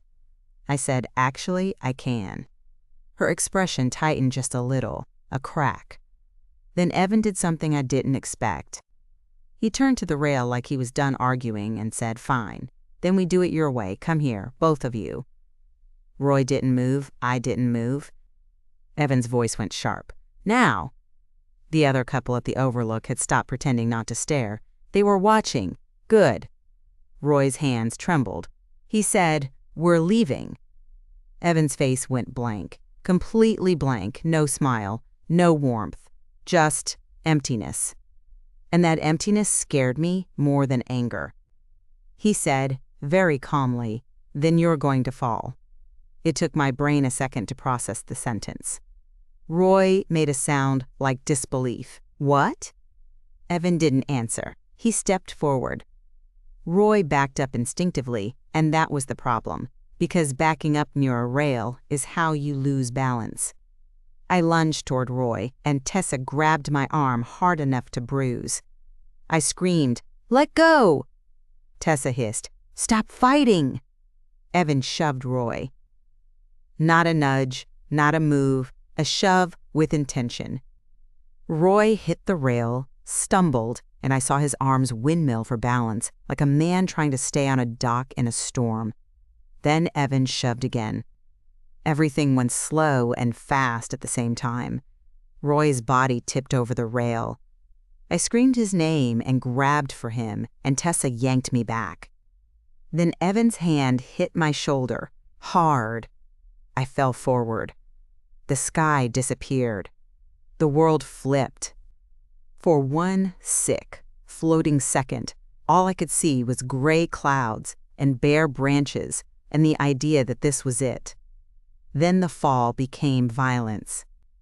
Branches slapped my face, something ripped my jacket, my ribs screamed as I hit something hard, then slid, dirt in my mouth, blood, the sound of Roy somewhere below me, an ugly grunt that told me he was still alive.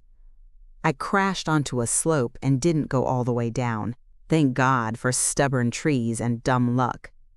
I lay there, chest heaving, tasting metal, and I forced my eyes open because I needed to know if Roy was alive. Roy! I croaked. Below me, maybe 10 feet, Roy was wedged against a tree trunk, one leg twisted, breathing like he'd been punched. His shirt was torn. His face was streaked with dirt and blood. He looked up at me and his lips moved. "Phone," he whispered. My brain snapped to it. Roy's iPhone, the recording. I clawed at my pocket. My iPhone was gone, lost in the fall. Of course it was. Roy's iPhone was still in his shirt pocket, miraculously still there.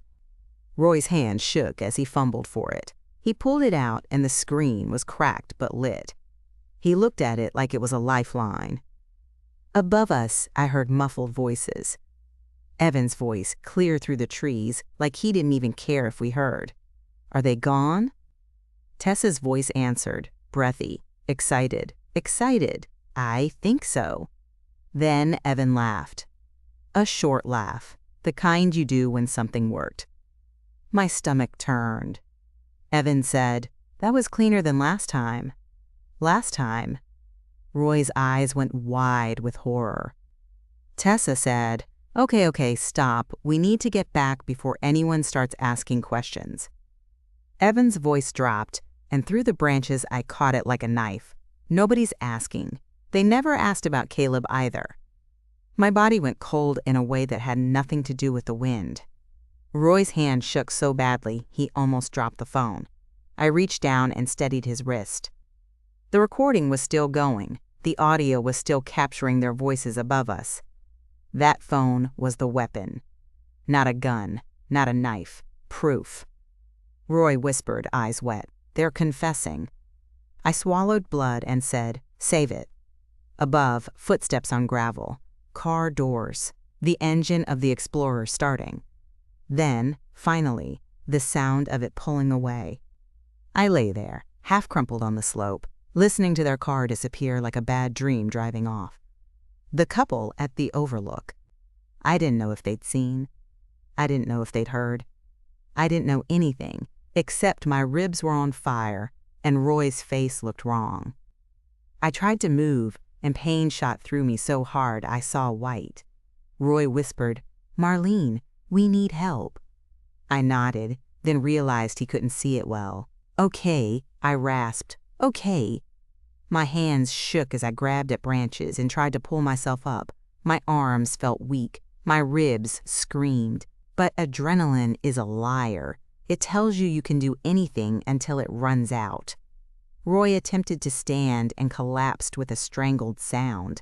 "Leg," he gasped. "My leg." I fought panic. Panic wastes oxygen, and I needed oxygen. I looked up the slope toward the rail. It felt like a mile. My voice came out sharp, because sometimes you have to bark at reality. We are not dying down here. Roy blinked at me, stunned. I continued, teeth clenched. Not after that. Not after hearing them say Caleb's name like that. Roy swallowed hard and nodded, like that sentence hooked him to the ground. I crawled. There's no other word for it. I crawled like an animal, grabbing roots, hauling my body up inch by inch, dirt under my nails, blood drying on my chin. Halfway up, my hand closed around something hard. My iPhone. It was wedged between rocks like it had decided to wait for me. Screen cracked, case scuffed, but it was there. I pressed the side button. Black. Dead. Of course. I shoved it in my pocket anyway, like it was comforting to have it, even lifeless. When I reached the edge of the overlook, I pulled myself over the lip and lay on the gravel. heaving like I'd run miles. The couple that had been there was gone. No one, just wind and the empty parking spaces and the smear of chaos Evan left behind. I dragged myself to my Camry, each step a separate argument with pain. The kids were still inside. They were crying. Noah was trying so hard to be brave. I yanked the door open and Noah burst out, voice breaking. "Grandma! Grandpa!" I grabbed him and Mia both, squeezing them too hard. "I'm okay," I lied. "I'm okay." Noah's eyes went huge when he saw the blood on my face. "You're not okay." "I'm okay enough," I said, and I forced myself to sound steady because those babies did not need to watch me fall apart too. I pointed to my keys. "Noah, listen, you're going to be my helper. You hear me?" He nodded, shaking. "You're going to hold Mia's hand and stay buckled. Do not unbuckle until I say. Got it?" He nodded again, swallowing hard. I closed their doors and stumbled to Roy's truck. My hands were shaking so badly I dropped the keys once. I picked them up and tried to get my breath. Roy was still down there. My legs threatened to give out, but I couldn't stop. I couldn't. I found a park ranger pickup area a little down the road. Thank God there was one nearby, and I flagged a truck with my arms like a lunatic. The man who stopped, middle-aged, ball cap, hiking boots, jumped out, eyes wide. "Ma'am, what happened?" "My husband," I rasped, "fell over the rail. He's alive. Please call 911. The man didn't ask for a story. He just pulled out his phone and called. I gave directions between breaths, pointing, showing him the overlook. Within minutes, maybe 10, maybe 20, time was jelly. Sirens cut through the trees. Paramedics, a park ranger, people with radios, people with ropes. They got Roy out with a stretcher and a lot of careful swearing. Roy's face was gray. His leg was splinted. His eyes found mine, and he mouthed, "Phone." I held up his iPhone, the cracked screen, and he blinked like he might cry. At the ambulance, I climbed in with him because I wasn't letting him out of my sight. Noah and Mia rode with the ranger in his truck down the mountain to the hospital, Mission Hospital in Asheville, with a paramedic sitting with them. That part broke me, but it was the only way. On the ride, Roy's fingers trembled around his iPhone. He unlocked it with shaking hands and hit stop on the recording. He didn't play it. He didn't need to. We both knew what was on there. He opened messages and sent the audio file to Denise. I watched him do it. I watched the little sending bar crawl across the screen like our entire future depended on Wi-Fi. That was receipt number 1 down the mountain, a time-stamped confession traveling to someone Evan couldn't delete. Roy whispered, "If they take this, if they destroy it." "They won't," I said, and my voice came out like a promise I wasn't sure I could keep. But the truth is, I wasn't promising him. I was promising Caleb. At the ER, everything became fluorescent and fast. Nurses in scrubs, questions, blood pressure cuffs, consent forms shoved at me while my hands trembled. A nurse with dark hair pulled back tight. Priya Shah, her badge said, leaned close and spoke gently. "Ma'am, can you tell me your name?" "Marlene," I wheezed. "Marlene Whitaker." "And your husband?" "Roy." She nodded, efficient. "We're going to get him pain control and imaging. You're bleeding from the mouth. Did you lose consciousness?" "I don't think so," I said. My breath hitched. "My son pushed us." Priya's eyes flicked up, sharp. "Your son did what?" My throat closed. Saying it out loud made it real in a way my body wasn't ready for. "He shoved us off an overlook." Priya didn't react like she didn't believe me. She reacted like she'd just been handed a live wire. She said, "Do you feel safe right now?" "No," I whispered. A security guard appeared like he'd been waiting for that word. They wheeled Roy away, and I tried to follow, but a nurse stopped me. "We need you to stay here a moment, ma'am." I was trembling so hard I couldn't hide it anymore. Then my cracked iPhone, miraculously charging now because someone plugged it in for me, buzzed with a text from Denise. "Denise, I got the audio. I'm calling APD and telling them you have confession on file. Stay alive. I stared at the words until they blurred.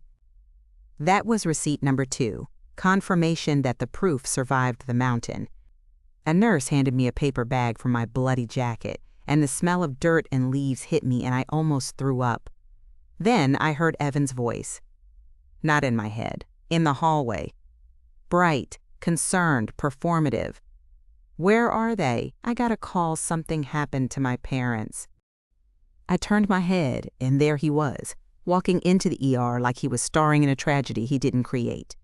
Tessa beside him, face pinched into the perfect expression of worry. They must have gone home, dropped the kids, then come right back to control the story. Evan spotted me and hurried over, hands out. Mom! Oh my God! I flinched away before he could touch me. His eyes widened, like my reaction was the real crime. What happened? We got separated. Tessa and I went to find help. Liar. Smooth liar. He was already rewriting. Tessa clasped her hands to her chest. Marlene, we were terrified. We thought you fell. We didn't know where you were. I stared at her and felt my whole body go still again. The same stillness I'd felt when Evan threatened the kids, the same stillness that told me, you are watching predators pretend to be family. I said, loud enough for the triage area to hear, don't come near me. Evan blinked. Mom, why are you acting like... Because you pushed us, I said. My voice shook, but it carried. The hallway quieted in that way hospitals do, people pretending not to listen while listening hard. Evan's face did this quick flicker, shock, anger, calculation, then grief, like he was choosing an expression off a menu. He said, that's not true. I nodded toward the security guard. Keep him away from me. The guard stepped between us. Evan's voice rose a notch, indignant. Are you serious? I'm her son. The guard didn't care. Sir, step back. Tessa's eyes darted around, scanning for who was watching, always scanning. Evan looked at me with that fake heartbreak face. Mom, you're in shock. You fell. You're confused. I laughed once, and it hurt my ribs like a stab. I'm not confused. Then I saw it. Priya shot at the nurses, station, watching all of this, her face tight. Evan turned slightly, like he was adjusting his angle to the room, and lowered his voice. Where's Dad? I didn't answer. He leaned closer anyway, trying to look past the guard. Mom, tell me where Dad is. I still didn't answer. Evan's eyes narrowed, and his voice dropped into something colder, meant only for me. If you think you can ruin my life with some story, remember what happened to Caleb. My blood turned to ice again. Priya's head snapped up like a dog hearing a whistle. Evan must have noticed her movement because his face reset instantly. He smiled at the guard. Sir, I'm just trying to help my mom. Priya stepped forward, calm but firm. Ma'am, can you come with me? I followed her without thinking. My legs felt like paper.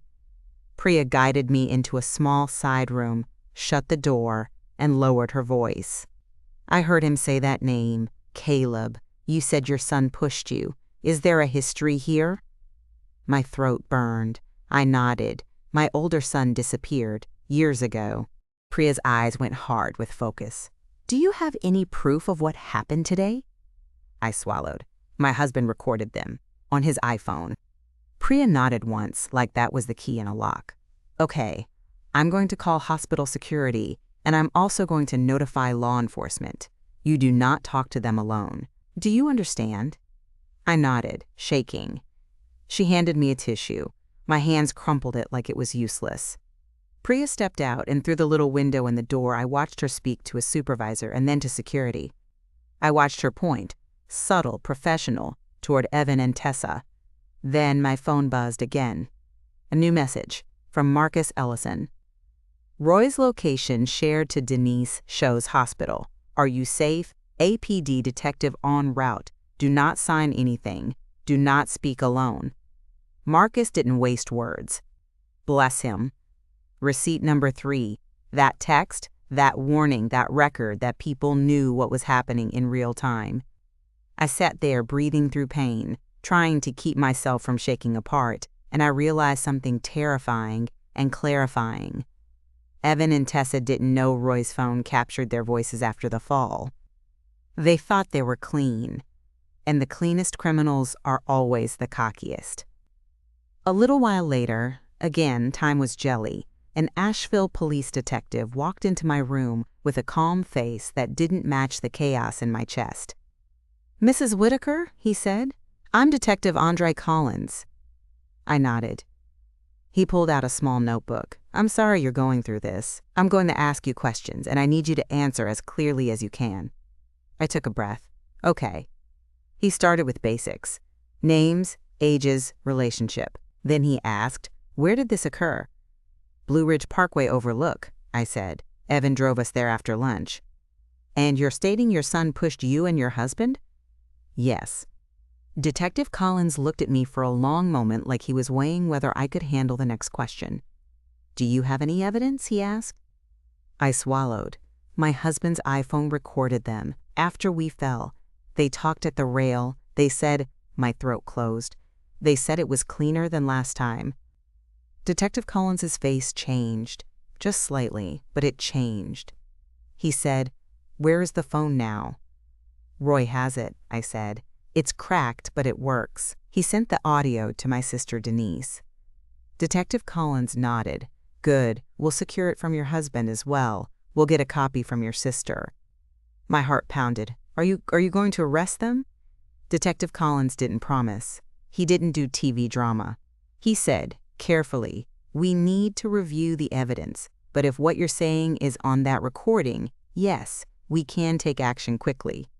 Quickly. That word felt like water in my mouth after a fire. From the hallway, I could hear Evan's voice again, louder now, frustrated. "Why can't I see my dad? He's my father!" Hospital security's voice, flat. "Not right now, sir." Tessa's voice chimed in, sweet but sharp. "This is ridiculous. We're family." Family, the word they used like a pass.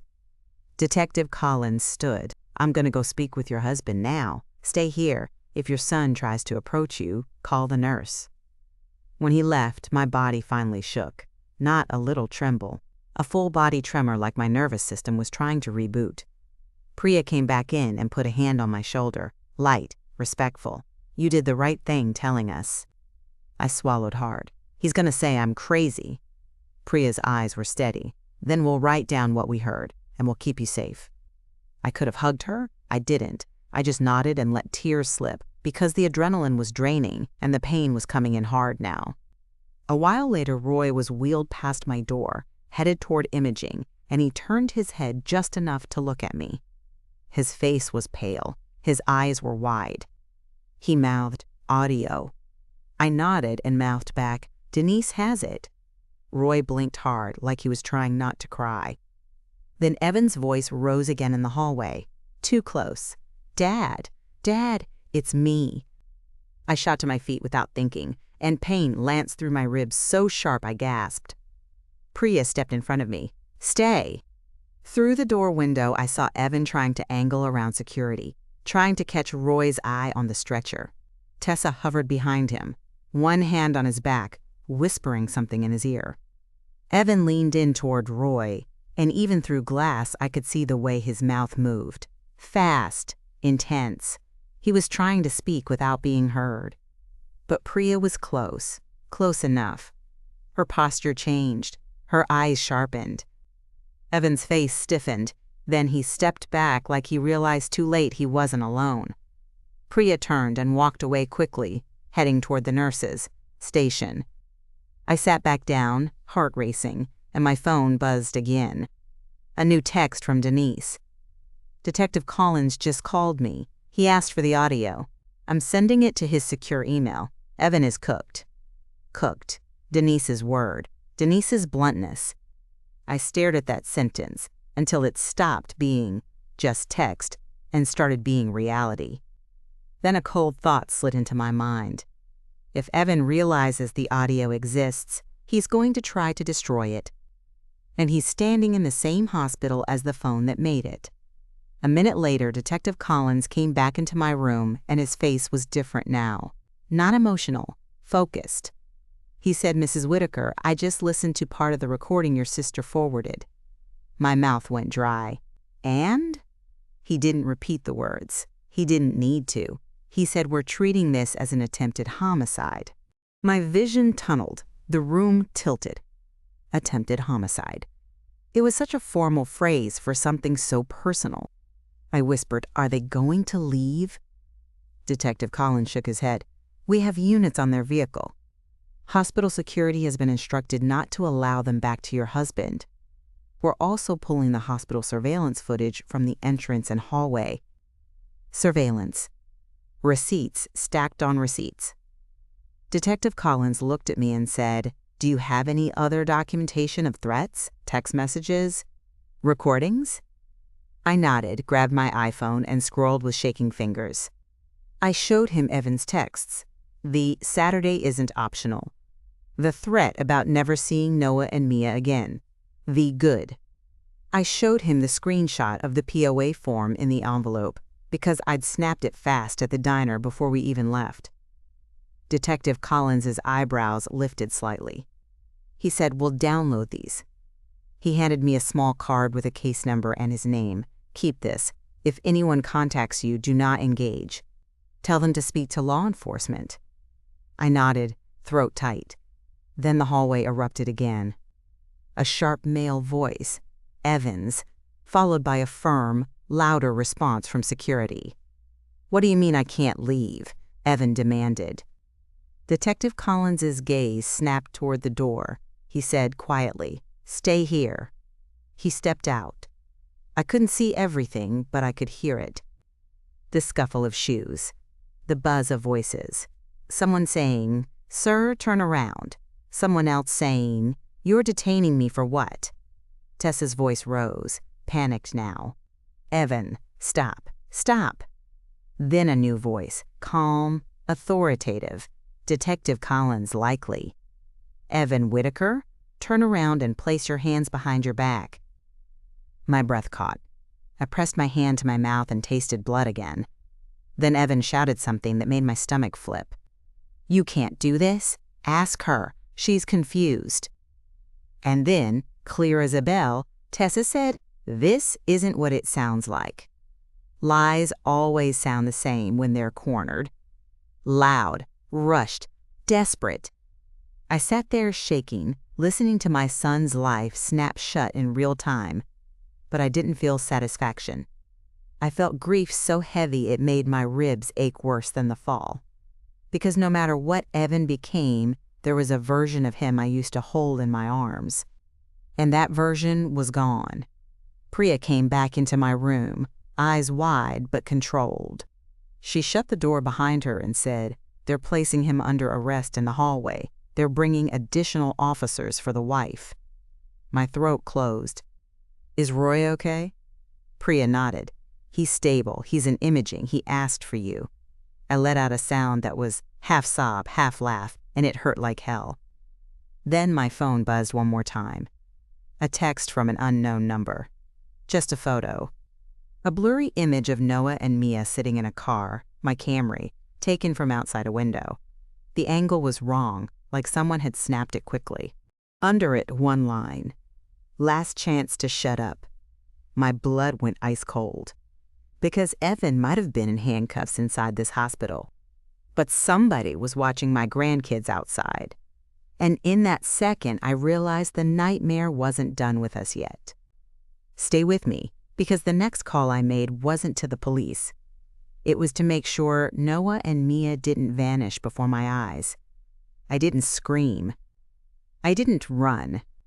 I just stared at that blurry photo of Noah and Mia through my cracked screen, and something in me went so quiet it felt like a room with the door shut. Then I stood up and walked straight to the nurse's station. Priya looked up immediately. She saw my face and didn't ask me to calm down. She just said, "What is it?" I held my phone out. "Someone took this, just now, in the hospital parking lot." Her eyes tightened. "Your car is outside." "My Camry," I said. "The kids are in it." Priya's jaw clenched. She turned and waved over security like she'd done it 100 times. I need an officer out to the parking lot right now. Possible threat to children. Their grandmother is a patient. The security guard didn't debate it. He picked up his radio and started talking fast. I heard Detective Collins's voice in the hall, already moving, already commanding. "What's going on?" I stepped out, held up the phone again. "This just came in. Unknown number." Detective Collins took one look, and his expression changed from investigation to urgent. "Where are your grandkids exactly?" he asked. "In my car," I said. "They're locked in. They've been there since the overlook." He didn't scold me. He didn't lecture. He said, "Okay, stay with me." He motioned to two uniformed officers. "Parking lot. Now, find the vehicle. Secure the kids. Check cameras. Check entrances." My heart hammered. I forced words out. Roy's still in imaging." "I know," he said. "We'll keep him protected. Right now, we get those kids." The scariest part was how professional everyone suddenly became, like the hospital itself shifted from treat injuries to lock it down. Priya gripped my shoulder for half a second. "You did the right thing." I whispered, "If I lose them?" "You won't," she said, and her voice didn't waver. A few minutes later, maybe 5, maybe 10, time had stopped behaving. My phone buzzed again. Same unknown number. "Walk away. We walk away." That was it. No emoji, no fluff. Just a sentence meant to make me feel small. I didn't reply. Silence is a weapon, too. Detective Collins held out his hand. "May I?" I handed him my iPhone. He photographed the message, the number, the timestamp. He turned the screen so a uniformed officer could take pictures, too. Then he looked at me. "Do you have the porch recording? The diner audio? Anything else?" "My husband's phone has the mountain audio," I said. "Denise has the file." "I'm aware," he said, and that told me Denise was already in motion behind the scenes like she always is. "We're going to add these threats to the file." File, evidence, documentation. All the things Evan hated.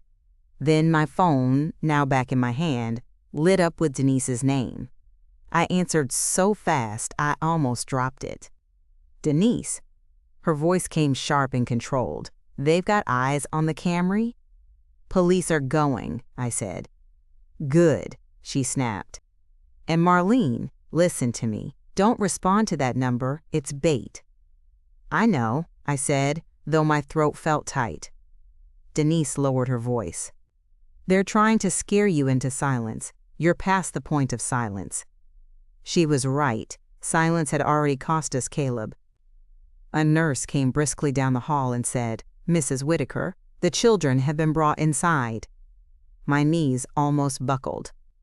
I followed her and found Noah and Mia sitting in a small family waiting room, wrapped in thin hospital blankets like little burritos, eyes red from crying. A police officer stood by the door. Another sat across the hall like a statue. Noah shot up when he saw me. "Grandma!" I dropped into a crouch and hugged them both, and I didn't care who was watching. My ribs screamed, but I held them anyway. Mia pressed her face into my neck. I was scared. "I know," I whispered, kissing her hair. "I know. You did exactly what I said. You were so brave." Noah's voice shook.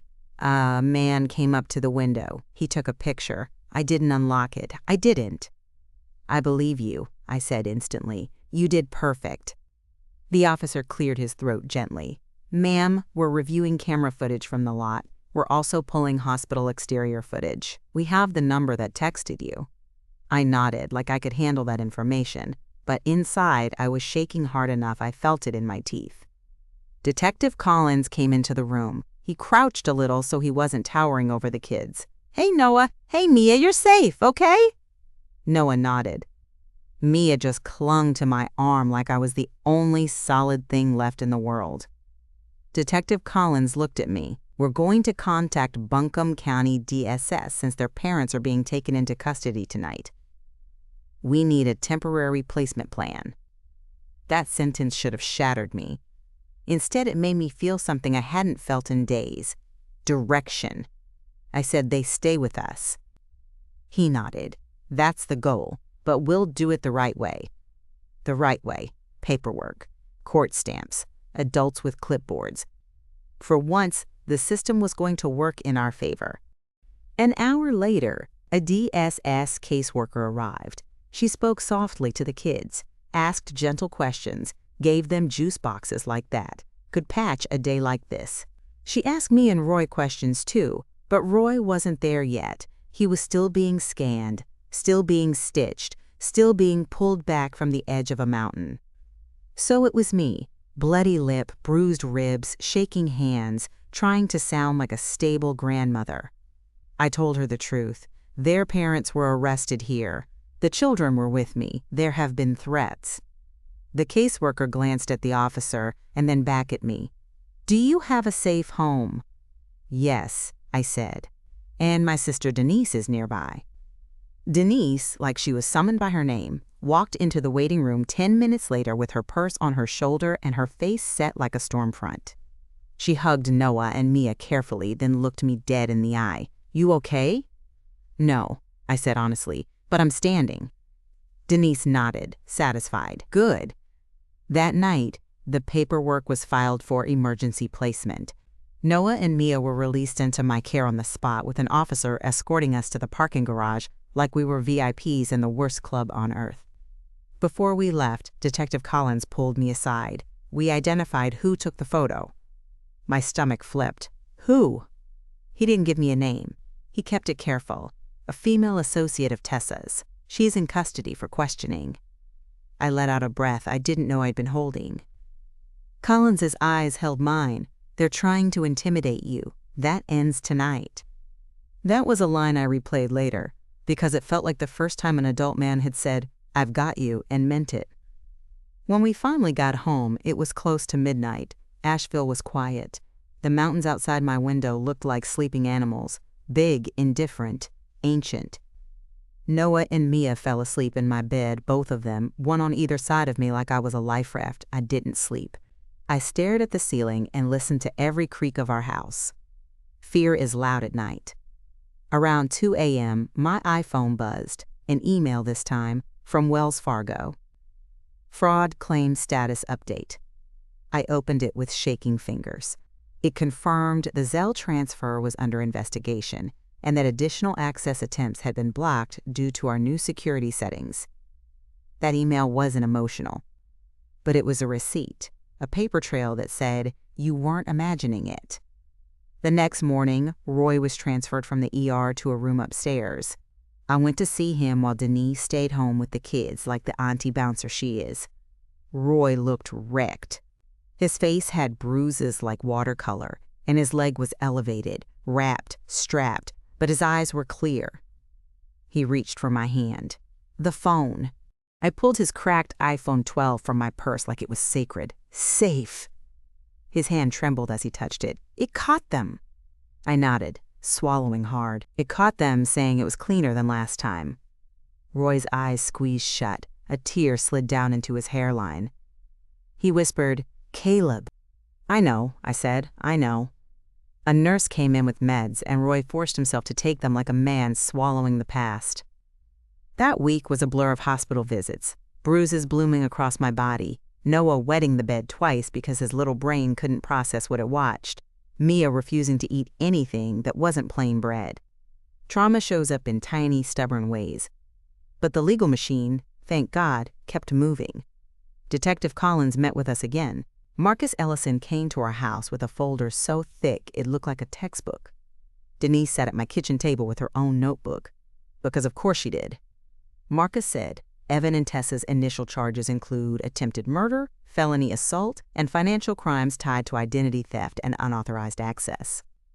Hearing it in clean legal language made my skin crawl. That's still my child's name sitting in those charges.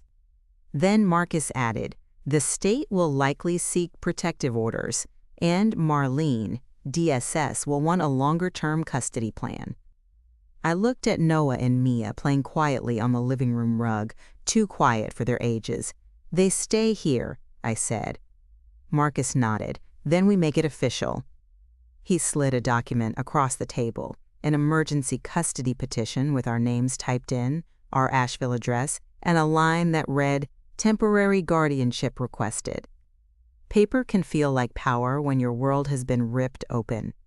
We filed it. A week later, we stood in a courthouse hallway with fluorescent lights and too cold air, and Evan walked past me in handcuffs. He didn't look at me like a son. He looked at me like a problem. Tessa walked behind him, eyes darting, scanning faces like she was hunting for sympathy. She didn't find it in mine. Evan leaned toward me as the deputy guided him past and hissed, "You're gonna regret this." I didn't raise my voice. I didn't flinch. I just said, "You should have thought of that before you put your hands on your father." His eyes flicked, just for a second, to something like surprise. Because I'd stopped speaking like his mother. I was speaking like his consequence. The hearing itself was short. The judge heard enough to issue a protective order, restrict contact, and keep Noah and Mia placed with us while the criminal case moved. When we walked out, Denise squeezed my shoulder and murmured, "He wanted to own you. Now he gets to meet the system." Cold satisfaction isn't fireworks. Sometimes it's a stamp on paper. Over the next couple months, more receipts came in like ugly mail. A letter from APS officially closing the case with no findings of incapacity. Bank records from Wells Fargo showing multiple login attempts from devices we didn't recognize, times lining up with Evan's helpful visits. A response from the credit card company confirming the application used Tessa's email address as the contact point. Every piece made my stomach hurt. Every piece also built a wall around us. Detective Collins told us they reopened Caleb's case based on Evan's statements and the mountain recording. He didn't promise miracles, he just said, "We're going to dig." That sentence alone felt like justice moving its feet. Then came the day Evan's public defender requested a plea. I didn't think I'd feel anything but rage.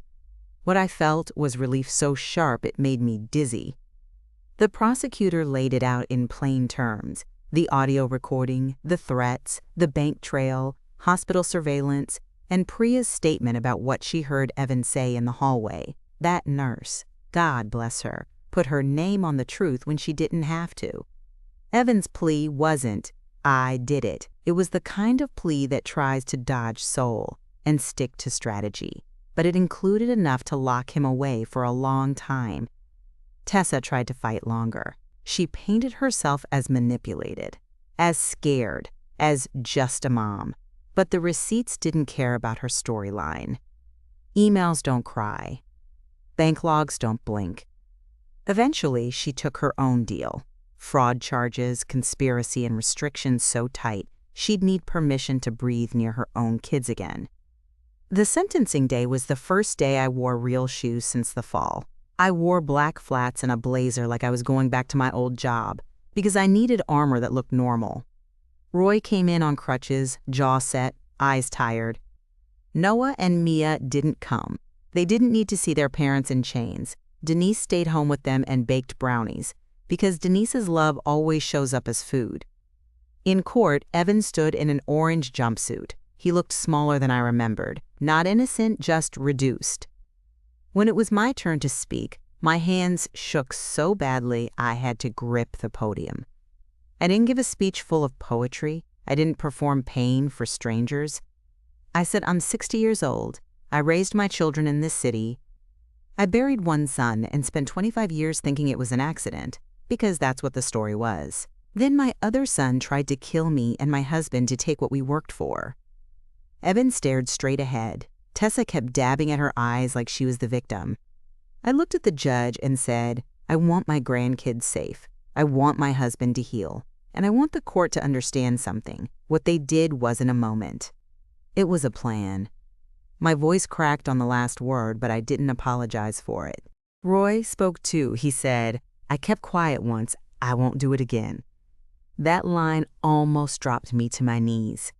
The judge sentenced Evan to a long stretch, long enough that Noah and Mia will be adults before he's free. Tessa got less time, but more supervision than she expected, and her contact with the kids became structured, monitored, and earned the hard way. When the gavel came down, it didn't sound like vengeance. It sounded like an ending to a chapter. Outside the courthouse, Roy and I stood on the steps, the March wind cutting through our clothes, and I realized My hands were no longer shaking. Not because I was over it, because the fear had nowhere left to hide. In the months that followed, life turned into appointments. Roy's physical therapy, Noah's counseling, Mia's night terrors easing slowly like a storm passing, DSS home visits, court check-ins, bank statements that finally looked boring again. Boring became beautiful. Marcus updated our will the right way, clear, locked down, with protections and witnesses, and no convenient loopholes. We set up a trust for Noah and Mia that couldn't be hijacked by anyone's charm. Wells Fargo reversed the fraudulent transfer after the investigation closed.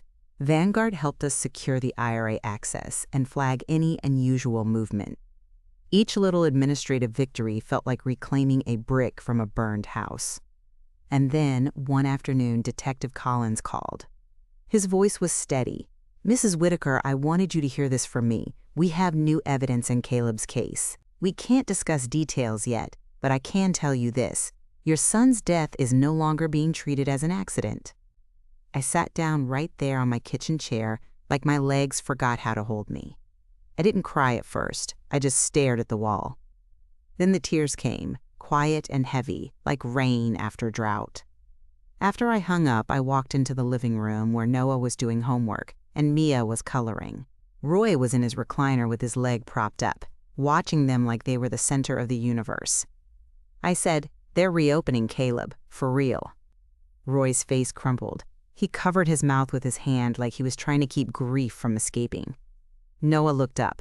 "Caleb was my uncle, right?" "Yes," I said softly. Mia looked at me with wide eyes. "Is he coming back?" My heart broke in the old familiar way. "No, baby, but the truth is. Truth is not a hug. Truth is a light."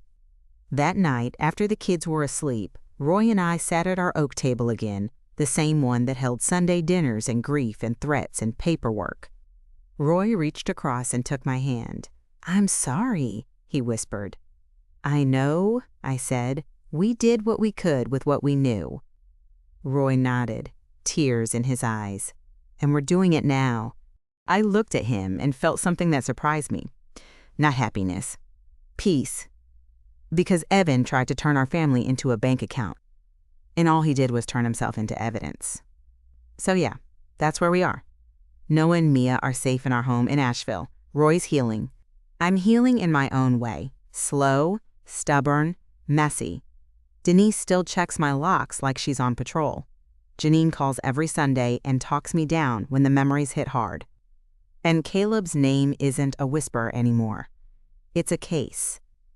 If you love karma stories where the truth wins, hit subscribe because I've got plenty more to tell, and I'm done being quiet.